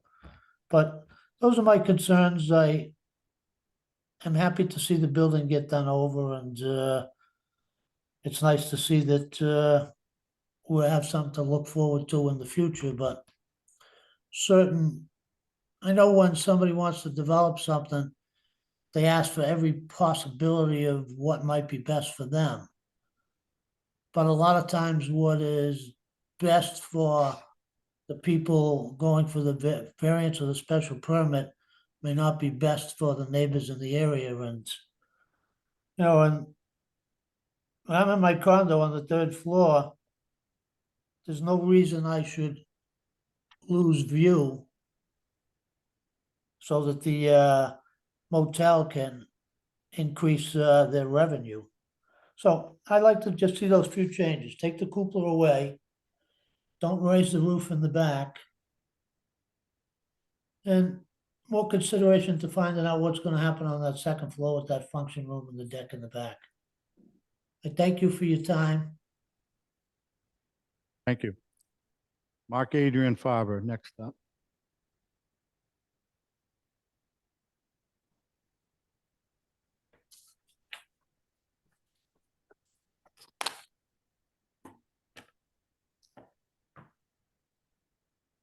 Oh, did you hear everything I said so far? No. Well, all we heard was when you said, can you hear everything? Okay, I'll start again. I just unmuted. Thank you for your tireless work on the board. The citizens and voters in Gloucester appreciate your hard work. I live at 28 Salt Island Road year-round. I'm largely eager to see the upgrading of the property in question. That would be subject to the response of the applicants to the concerns of the other neighbors who have spoken before me. Principally, I think the applicant is looking to upgrade the property for year-round occupancy, which would materially change the character of the neighborhood. The neighbors have tolerated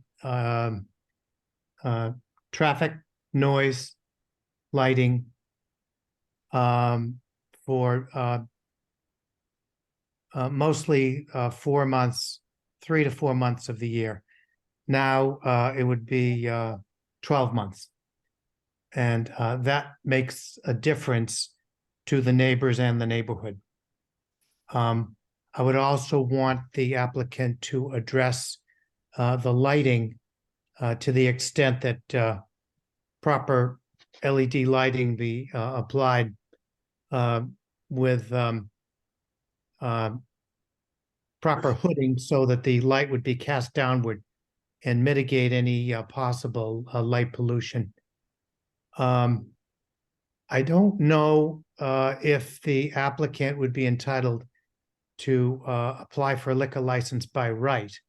That would be information that would be of value to the neighbors. as well as to understand what is the function of the second floor great room. And the extent to which the applicant can by right have outside, have a rental from an outside party that's not associated with the people who are renting the rooms. Those are my principal concerns, and I would be eager to hear the applicant address them. Thank you. Thank you.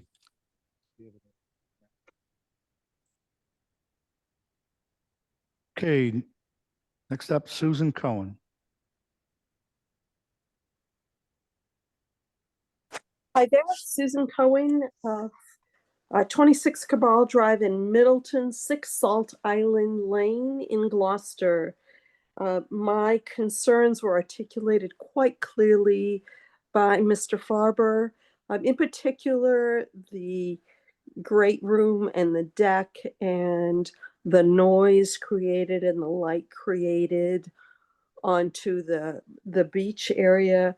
I greatly appreciate the board and in particular the fact that the inn is going to be upgraded, but am concerned about the noise level that's going to be created by the deck and the light pollution on the beach.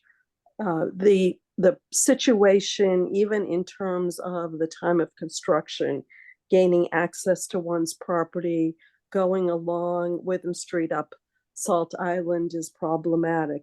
So ensuring that our egress is not disrupted is an important issue to consider as the construction is underway. Thank you. Thank you. Is there anyone else? Is that it? Okay, I see no other hands raised, so we'll close the public testimony portion. The applicant will have an opportunity for rebuttal. I would just like to say before, a lot of people talked about view. There is not a request for a height exception here. So view does not come into play with the zoning board's decision in this case. Go ahead. Thank you. If you don't mind, if I take 2 seconds to address view, just for the benefit of the public. We went through, obviously FEMA, we have a requirement to raise the building. We went through a pretty substantial process with our architect and structural engineer to actually review what are the most dense structural members we can use. Hey there. To literally reduce the floor to floor. I mean, it's not our intent to block or damage anyone's view. With regard to the cupola, cupola exists there today, and we certainly didn't want to take away from any architectural elements that exist. So I just wanted to address that. But obviously, yes, to your point, we are less than the 30-foot height, and that was very much strategic in that we wanted to reduce that building height as much as possible while remaining in compliance. With regard to a couple of the comments and a few of the folks that spoke, I spoke with them as well. There's no intended added parking. Certainly during our ownership, we didn't add any additional spaces. And we're thrilled with the prospect of actually needing less parking. With regard to the ADA ramp, as it was mentioned, we discussed that with the building commissioner, and he said ADA ramps as a nature of their function are not considered part of the buildable structure. So correct, it's not considered additional building. There's no restaurant use proposed. Ease anyone's concern. I don't know if it's an allowed use. We haven't never looked into it.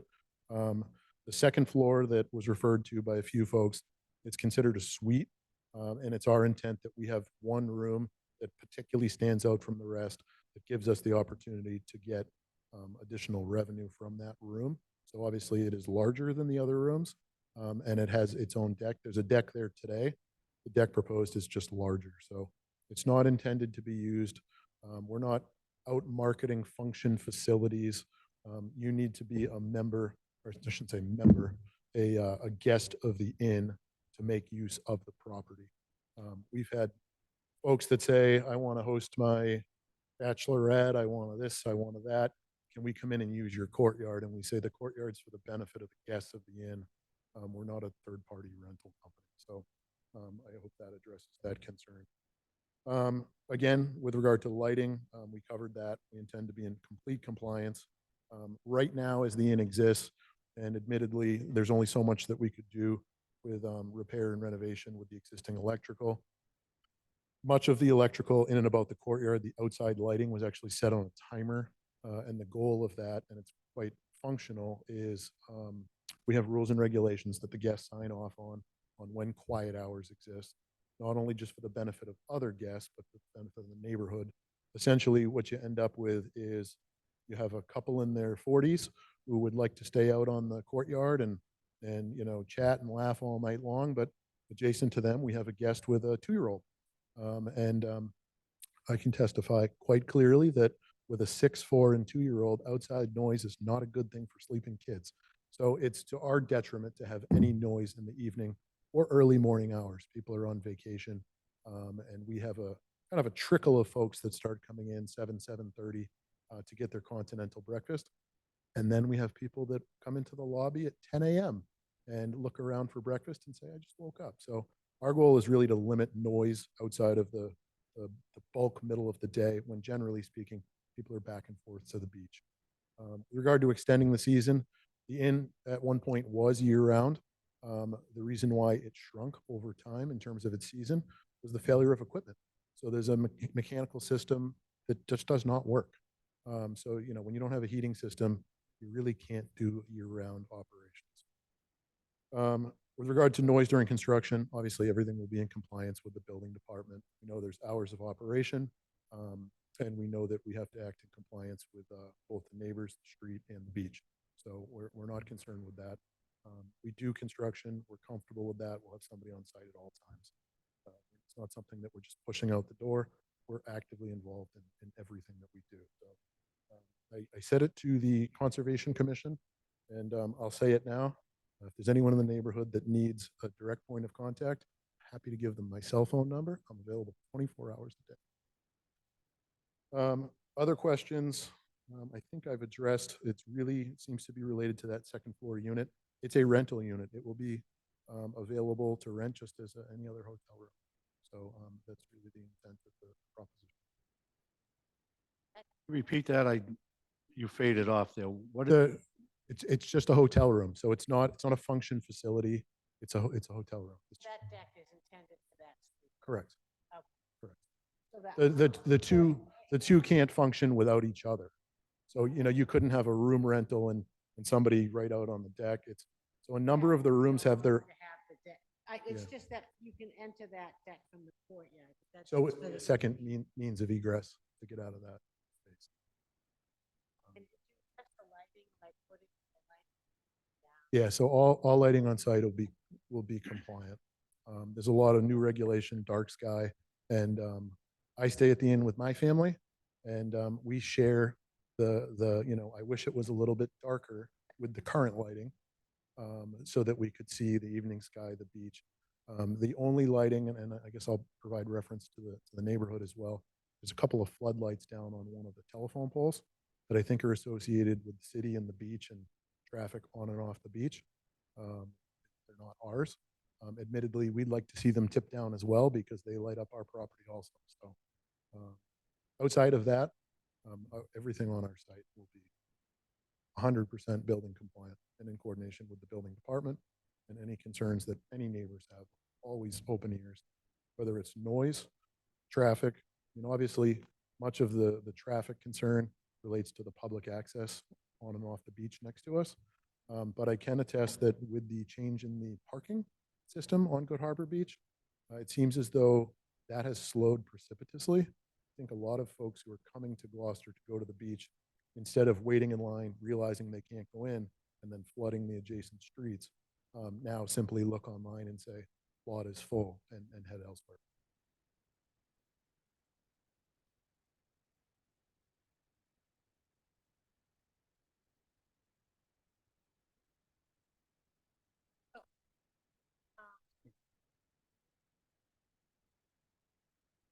okay, like just limiting that.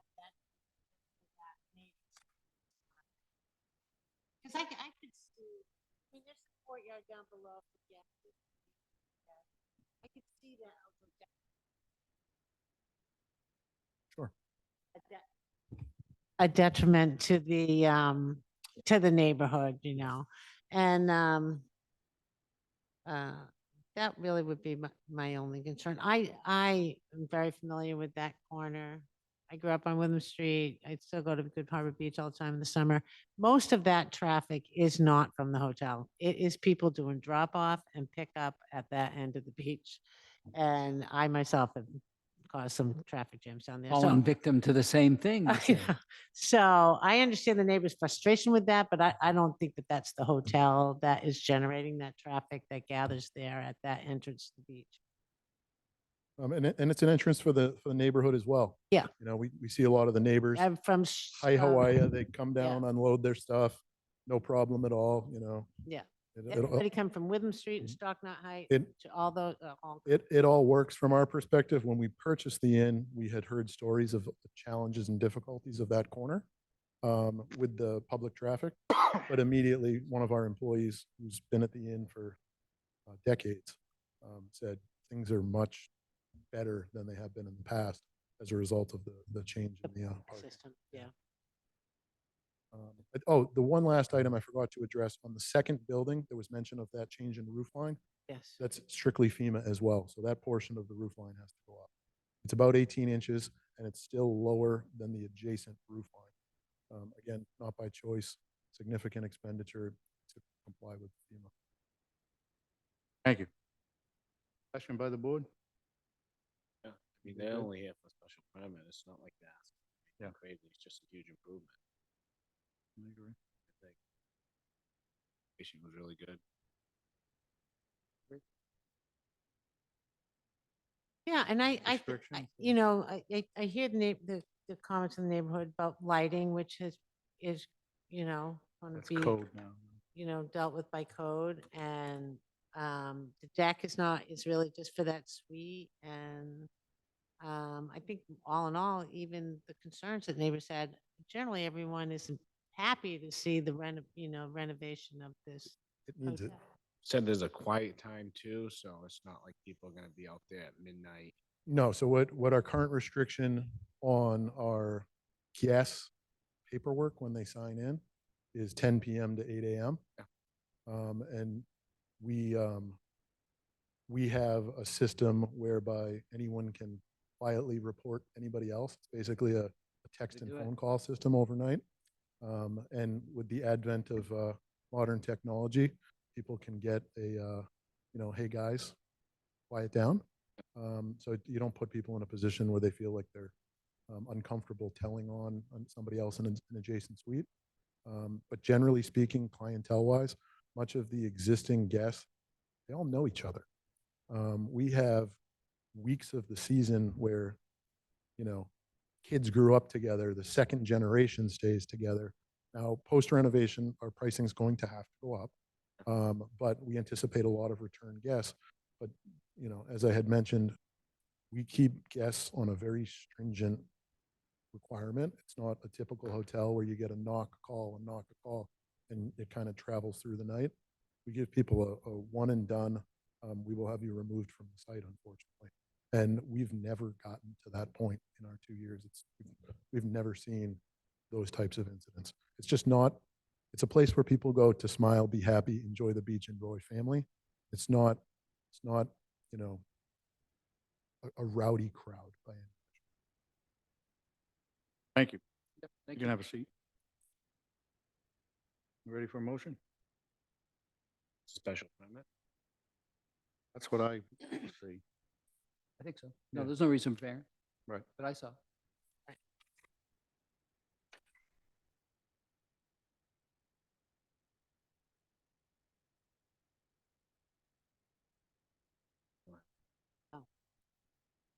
On the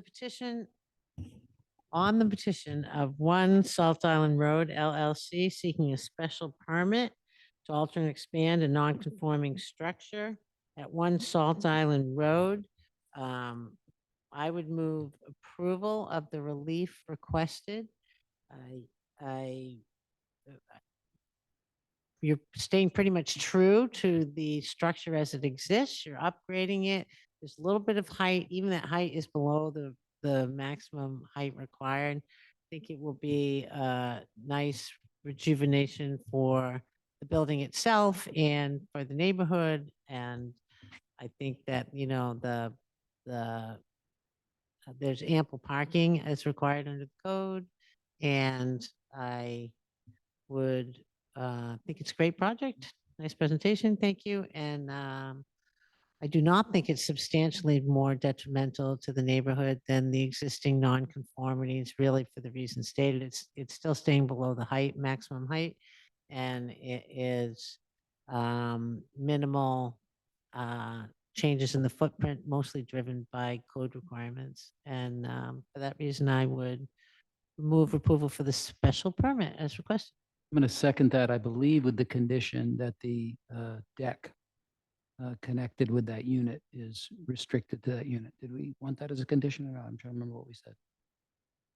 I would accept that amendment to my motion. I thought that was the one condition that we had talked about earlier, just to make sure. I mean, I believe what you're saying. Yes. It's okay with me. Yeah.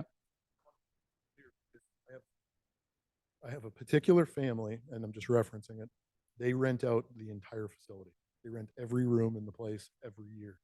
So just to be clear, if they rented that room, they could still have other folks come up on that deck. Is that Yeah, because it's still associated, in my estimation, it's still associated with that room is the idea. The idea of my condition is somebody renting that room, somebody else not associated with that room renter cannot come up, or a group of Yeah, people as a- cannot as a- come up as a and public space. independently use that space apart from somebody who's renting that room. But I don't have a problem with what you just said. Is that- there a guest that of the Joe room and Mary renter? rent that room, but they rent all the other rooms, and then they have a great gathering of their friends and stuff. But to be clear, I guess the theory is that it not be a public, For hire, like people can rent it out. a use separately it. rented Yeah, deck. yeah, We can work with that. yeah, that it We'll not make be sure if- rented out if for functions. Catherine writes or- that decision, she's really, I don't know No, if she is, but. the applicant is going to. Oh, have to yeah, say so you just want to make But yeah. sure when you write that piece, if you're writing that decision. that it not be a public, a public rental space, that people could have a public function. I'm going to say, I'm going to have my birthday party there or my bridal The shower, deck being attached to the room. like being Right. attached to the room. Yep. Okay, we have a motion made with condition and seconded. Roll call vote. Mr. Nyman, Yes. Mr. Canavo, Yes. Ms. Schlichty, Yes. Mr. Parisi. I also vote yes. I don't consider it a substantially more detrimental to the neighborhood than what presently exists. Heard our decision is favorable. Do you have legal counsel that could write a draft decision? We can give you templates or help with that, so. Okay. Thank you. Good luck. Good project. Thank you. Okay, the last hearing of the evening is the petition of David Barrett seeking a special permit pursuant to Gloucester zoning ordinance 2.3.13 and 2.4.3B for change of use from a single family to a two-family dwelling and to alter and expand existing non-conforming structure at 30 Riverview Road. Attorney for Frontiero is representing. Now zooming in, okay.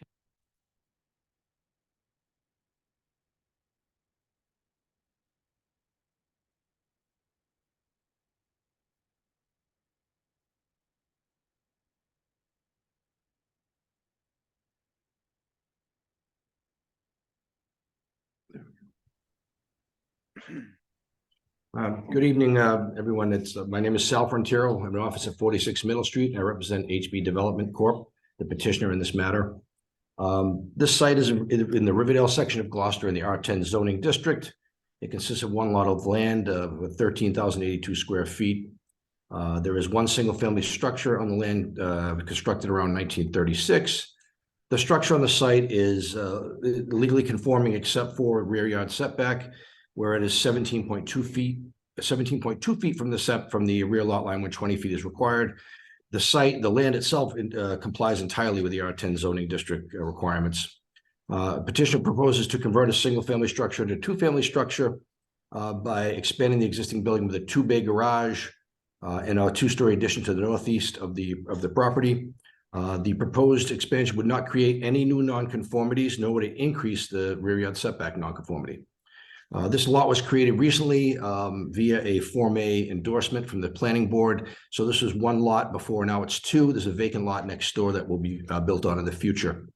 As to the special permit, as this board knows, a special permit is warranted if the expansion is not substantially more detrimental to the neighborhood. However, before we reach that, and that two-pronged test, we have to determine whether the proposed construction increases the non-conforming nature of the site. And it clearly does not. The rear yard setback encroachment is not changing at all. It's on the existing structure, not the addition. And I would submit as a result that no special permit is necessary to alter and expand a non-conforming structure. In the event that this board finds there is an expansion of non-conformity, I think when I address the two-family use, it'll be clear that it's not substantially more detrimental to the neighborhood. So as to the two-family use, under section 1.8.3, a special permit should be granted if the proposed use will be in harmony with the general purpose and intent of the zoning ordinance and will not adversely affect the neighborhood, the zoning district, or the city to such an extent as to outweigh the beneficial effects of such use. And as you know, there are now 7 factors that we look at when determining that. And I'm not going to regurgitate those now. I'll just take them one at a time. First is the social, economic, and community needs that will be met by the proposal.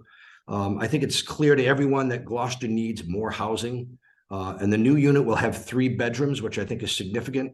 If you look at a project like the Hale Yard project, that tops out all of those units. There's no more than a 2-bedroom. So we need more family-friendly apartments, and I think a 3-bedroom would lend itself to that, and that would serve a community need. As the traffic flow and safety, I think one unit would have one additional unit is going to have a minimal impact. There are other 2 families up there.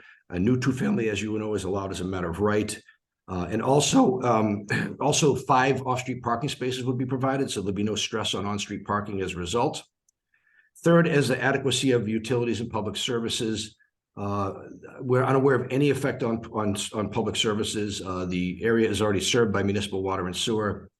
And as to fourth, as to neighborhood character and social structure, again, there are at least 5 2-family structures in that area. So it is a mix of single family and 2-family. And the house is one of the older houses in the neighborhood. And I think it's important that the addition will match the architectural character of the existing house. So that won't change the character of the building. As to qualities of natural environment, it's not within a wetlands buffer zone. It is adjacent to city conservation land. However, as this board is aware, this construction, because it's an addition of over 500 feet, would require a self-contained drainage plan. So there won't be any runoff onto the city conservation land. And sixth, as to fiscal impact, it'll provide a greater taxable value. Obviously, as a 2-family, it'll be worth more, and also will provide much needed construction work in the short term. And lastly, we don't really need to address the flood zone impact because this is not within a flood zone. I tried to be brief. Hopefully I covered everything, and I request that the special permit be issued. Thank you. Question on the, is the red on the drawing looking at the, I don't have a camera on, opposite Tidal Cove Way, is that before the Form A? I'm sorry, with the site plan? On your abutters report On the assessors plan. map or the assessors plan that you submitted, it showed the lot. Shows a lot in and red. It's one, yeah, in Is red. that the lot we're talking about? Is that before the Form A? Well, believe it or not, can you grab the application? The abutters list was created after the fact by Dawn, so we didn't have it up front. But it would be, looking at the site plan, you can kind of tell what it is. Can you pull it up, Andrew, real quick? Do you have that? What's this? This has another house on it. So what was Form A? Right here. So Do to we the have- right of the old Curtis house is the other lot? Yes. Vacant lot And that's part of the red then? on the abutters report. I don't have that in front of me because Dawn created that after the fact. Do we have that somewhere? Andrew, we have it somewhere. You know, the city up. assessors map where they highlight. No, the no, lot- yeah, I know exactly what you're talking about. We'll give us 1 second. We'll pull it up. You- Is this All right. Okay, where is it? Where's it? Go to the butters. Saying they cut. Oh, it's not in there? Is it not on the portal? Doesn't look like it's in the portal for some reason. Anything else in there? Yeah, it's not, it doesn't appear to be in the online portal, so I'm not sure. Yeah, it was in the. When was the packet. lot divided, Sal? Oh, it was just done recently. It was done about 2 months ago. Oh, yeah, they wouldn't have it on there yet. Yeah, sure. Well, that's a question. If it's reflected on the assessor's map, I'm sorry, the answer is no. That's all shown as one lot still. My apologies. That's Yeah. that's pre-Form A. Yes. Yep, because the assessor's maps won't be officially changed until next fiscal year. So that'll reflect the overall lot. Clarity. My apologies. So the expansion to Mr. Curtis's house So the nonconformity was is, the rear setback. was the rear setback? That the nonconformity is a rear setback on the existing structure, encroaches by 2.8 feet. The addition will be entirely within the allowable building envelope. It will not encroach any further upon the rear yard setback. And there are no new nonconformities being created, so that's the reason why I don't think we need a special permit to alter and expand. We're not expanding any nonconformities whatsoever.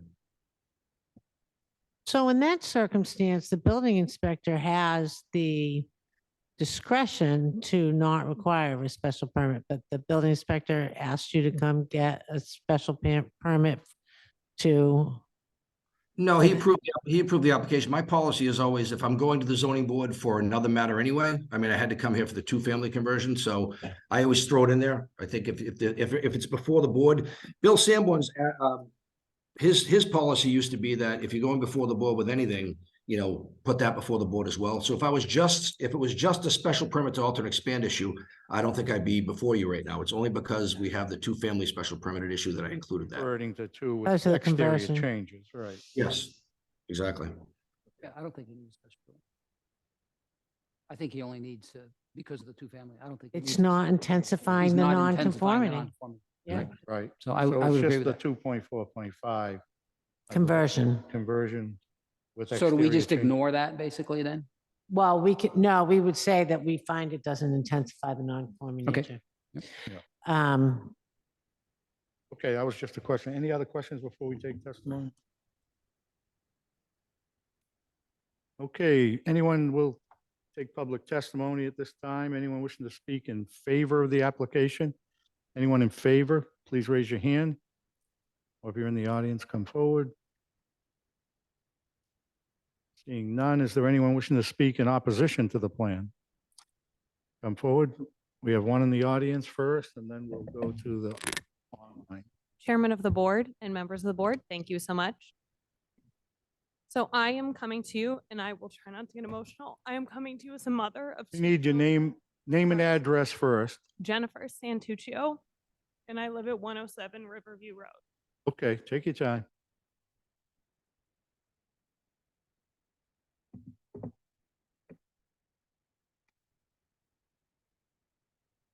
I wasn't aware that the land was already subdivided, so that further upsets my case. So I am a mother of 2 small children that live in this neighborhood. I have lived in this neighborhood for 4 years now, and I too live in a 2-family condo in this neighborhood set up on a hill. For those of you who have not driven down Riverview Road, it is extremely tight. It is a very tight road with many potholes. It is known throughout Gloucester to have so many potholes that cars will try not to drive down our road in the winter of fear of having popped tires. My son is in kindergarten, and we have to walk over a quarter of a mile to the end of the street for him to catch the bus every morning because of how narrow this street is. So if a bus cannot come down this street, it is only going to add additional concern because it's very difficult for a fire truck to come down, an ambulance to come down, anyone to come down in the state of an emergency. As I was leaving to come here this evening, if I'm pulling out of my street, another car cannot turn in. A car has to wait for me to leave Riverview Road to enter Riverview Road. And as Mr. Frontiero already expressed, there are quite a few multifamily homes within our neighborhood. There is one a few doors down from this home that has 3 families in it. And in the 4 years that I have lived on this street, the cops have been called multiple times due to excessive traffic and excessive parking. I certainly understand that he will make room for parking in his land because that is certainly available to him in the land in which he has purchased. But my concern is the safety of the children in our neighborhood. My children cannot freely walk down the street or ride their bike without having to dodge into people's yards. When we leave the house to catch the bus every morning, my son and I are jumping into people's yards to avoid traffic and all of the cars trying to come and go in an already congested neighborhood. And this is in perfect conditions. We have yet to navigate this in the winter when the snowbanks are piled up and the road is even more narrow. According to my research, a residential street needs to be 24 feet wide. The street across from the land in which he has purchased is only 15. And so we are now going to be adding additional vehicles into this 2-family. So at a minimum, there will likely be 4 cars in this one new dual family versus the 1 vehicle and the 1 occupant that was in the Curtis household. And now that the land has been subdivided, there will likely be another structure coming up with 2 to 4 cars. So we're looking at a minimum of 8 additional cars in an already congested, unsafe neighborhood with small children. Directly across from this home is a young family with 2 children, an infant and a little boy who likes to ride his tricycle. Another house diagonal to him is an elderly woman who could need medical assistance at any time, and it is already difficult for cars to come up and down this street, better yet if an ambulance or a fire truck is needed at a moment's notice. So my ask is for the board. I am all for housing in this community and providing affordable housing, but this is not affordable housing to the community. This is just adding more housing to a desirable plot of land. And the home was purchased for $759. And so as you're going to add to it, the current houses in the neighborhood are selling for anywhere from $759,000 to $900,000. That is not affordable housing to the people in this city in need. So my ask is that you guys do heavily consider the safety of the children and the betterment of this street and the neighborhood for our community. Thank you. We have online Seth Goldfine.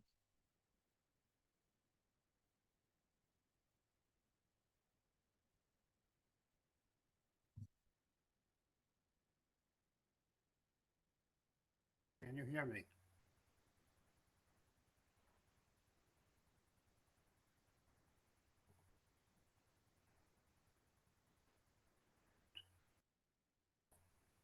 Can you hear me? Yes. Good. My name is Seth Goldfine. I live at 60 Riverview Road, where I've been for about 30 years. I'd like to ask one question, and then I have a little bit of commentary. My question is with regard to the storm drainage. And I think council said that something to the effect that the storm drainage was going to be contained on site such that it didn't flow to the conservation area, which of course is Poles Hill and is basically uphill from where the majority of the runoff would be. So my question is there a plan to deal with the storm drainage other than simply having it run down the driveways onto Riverview Road? So when you build an addition to any building of a certain size, you're required to account for all your runoff from your new roofs and whatnot. So it'll be gutted and piped into a distribution box, like an old-fashioned septic catch basin, and it'll all be kept on the property. It'll have to leach into the ground. Okay. So that's a normal requirement of any addition, that- whether they were coming here or not. That's good because Go ahead. the building, I've had on occasion where I have to fight with a developer and the building department on further runoff onto Riverview Road. Just a few comments, if I could, aside from the questions you went through regarding special permit or not. I just wanted to pick up on some comments, some of which mirror what the woman who spoke just before me had to say, both with regard to two-unit dwellings in the neighborhood and about the traffic impact. For those of you on the board who are not familiar, Riverview Road is not a through street, but rather becomes a one-way and loops back on itself such that all the traffic enters and exits from Wheeler Street. In addition, there are two short dead-end streets off of Riverview. The application references or makes some reference to 5 existing two-family structures on the street. While my memory is not altogether perfect, over the 30 years that I've been here, there have been approximately 29 dwelling units constructed or converted on Riverview and these connected roads, approximately 24 of which are either new duplex units or, similar to what's being proposed, units added in a conversion from a single family to a duplex unit. It's a staggering level of growth for such a small neighborhood. The application points out the street is very narrow in one section, when in fact it is generally narrow throughout. And in the two-way section, sufficiently narrow, as has been stated earlier, that cars typically have to pull onto the shoulder or into a driveway to allow an oncoming car to pass. From what I've measured, the street is as narrow as 14 feet in some areas. It's not even wide enough for 2 parking spaces, let alone 2 travel lanes. There are no sidewalks whatsoever. And as one of Gloucester's many private roads with public access, it should come as no surprise that the pavement is in terrible, terrible condition, despite our efforts at annual repairs. Very simply, even a single proposed project exacerbates the difficult conditions on Riverview Road, but the aggregate of all the new construction pushes us from the realm of a difficult road to an unsafe one. I would ask that the board carefully consider the added strain continued duplex construction will have on this neighborhood and safe pedestrian and vehicle access. To that end, I would encourage the board members to visit our street. Thank you. Thank you. For anyone else wishing to comment? Seeing none, we'll close the public testimony. Rebuttal. Thank you. Yes. Well, I can certainly appreciate the neighbor's concern. I think it's a valid concern. But I wish to point out that I think the problem here is with this ordinance, which, as this board knows, I am not fond of because it's nonsensical. The applicant would be able to build a 2-family brand new as a matter of right. The applicant would be able to convert to a 2-family without exterior changes. The only reason a special permit is necessary is because of the fact that he is putting an addition on. So it's a structural change that triggers the need for a special permit, yet we apply the use special permit standards. And so this is, we wouldn't be here if he was doing this brand new. And if he doesn't get the relief, he'd be forced to tear it down and build it anew. Again, I can appreciate their concerns, but I think that we're providing ample off-street parking, more than what's required by the ordinance. And I think that their concerns are more appropriately addressed to the city council, because it's really a zoning change issue that they're bringing up, that 2 families should not be allowed in that neighborhood. And I can appreciate that. I appreciate that it's narrow roads. And I think that, again, I think their concerns are valid, but I think this is not the right avenue for that, because 2 families are allowed as right. If that's what if they want to change that, then I think the appropriate way is to petition the city council for a zoning change to allow only single families. Again, I don't want to downplay their concerns, but my client is doing what he can do within the parameters of the zoning ordinance and what is allowed up there. Thank you. Thank you. I would say that it's a private road, and that's the reason it's in bad condition, because it's not a road the city paves. All those houses, this is an existing house, belonged to Mr. Curtis, the artist. He lived there forever. And that lot should have every right of every other lot on Riverview Road. It's what is it, still R10? And like you say, you're just putting an addition, you could tear the house down and put a new one, meet all the setbacks, and it would be as a matter of right. And it could be a two-family as a matter of right in the R10. So, yeah, the thing before us is the special permit because he's choosing to try to save the old house and put an addition on and make it a two-family. So I don't know that, again, it's not an increase in nonconformity, but we do have the special permit before us for the conversion with exterior changes. It certainly is not going to change anything. I mean, that lot at one time had the Curtis family, they raised their kids there. They had there's a garage and a big driveway, and they had a lot of cars. And it's just the reality of life. I mean, that's what it is. So I think they have every right to do what he wants to do. That's my thought. I think it's a, Without diminishing, sorry, without diminishing any of the concerns that have been presented. I think he has a right to do it. I agree. I mean, he has a right to do it. I respect and appreciate the mother coming out here. It does draw concerns, and it seems like, you know, you're just amplifying more traffic in a tight area. It doesn't seem like a safe thing to do. I don't know what the law is entirely on the side, on the width of the street. I know it's a private road, so I don't know what matters that hold, but if it's going to continue to develop, then you're only subject to draw more concerns about the traffic safety, which I think is also a very important part of Gloucester. So there's no sidewalks, you got kids in that neighborhood. I just thought maybe this would have been a different type of project as a single family home. Yeah, Riverview Road is tough. And I fully hear your concerns, which are, I think, city council concerns and mayor concerns. And, you know, no sidewalks, no.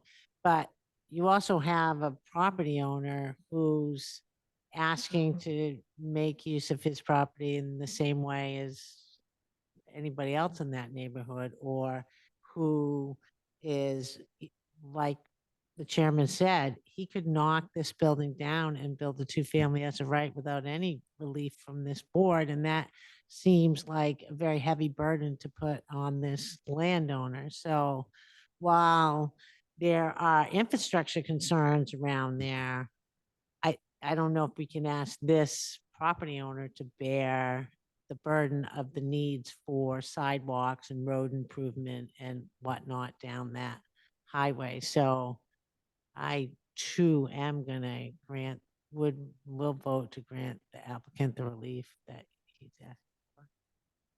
My one comment, we recently, well, I guess nothing's recent since COVID, but so it was before that.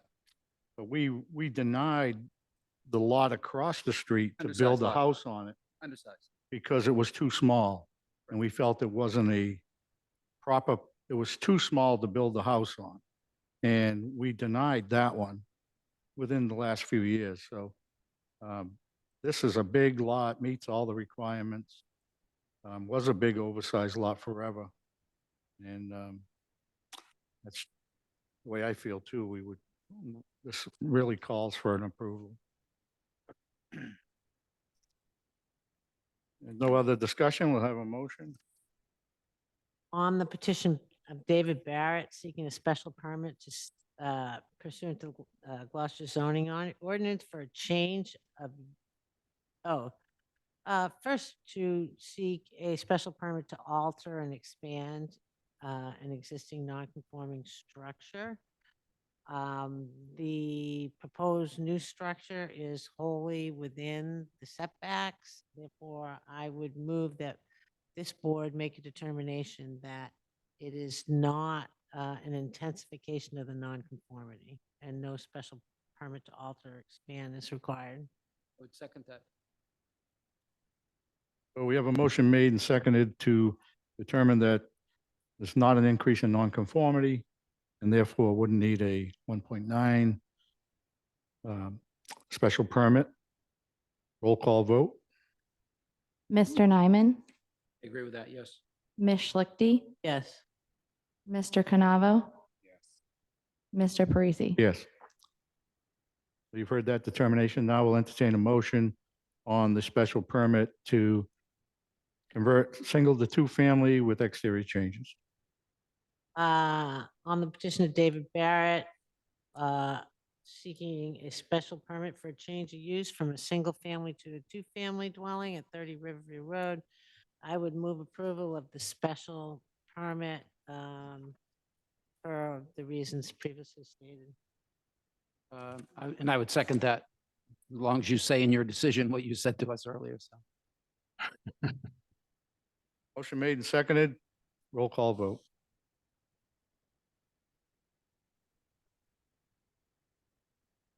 Mr. Canavo? Yes. Mr. Nyman? Yes. Ms. Schlichty? Yes. Mr. Parisi? Yes. Heard that decision's favorable. We appreciate a draft. Sure. Thank you. Thank you very much. Appreciate it. Good luck. Thank you. Okay, folks, so that's the end of our hearings. Before we adjourn, next meeting is the 26th, back here. We're getting all the bugs out, but should go pretty well. Nice being together. It's nice being able to sign the decisions here, which I remind Peter and Michael to make sure you do, and getting your packets without having to run around. Big help, and kind of eases the burden a little bit for us. And other than that, I think, like I say, members can still come in remotely if the situation requires that. That's still under the governor's orders. We don't know. At some point that may go away, but right now it's still in effect. So any other questions by the board? Are we good to roll? Is that, I'm going to go down to look at 18 Rogers again. I hope everybody takes, look around back. Let's see what other windows. I mean, if we're losing one or two windows, personally, I think maybe, we have to accept that, but we'll look, see what we can come up with. I'll entertain a motion to adjourn. Second. All in favor? Aye. Aye. We are adjourned. End the meeting.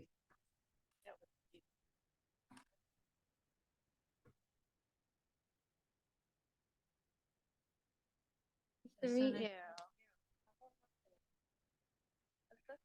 That's okay. all right. I was a little frazzled. We used to it. Oh, with all Say it again. I'm gonna have one more drink at the house on this.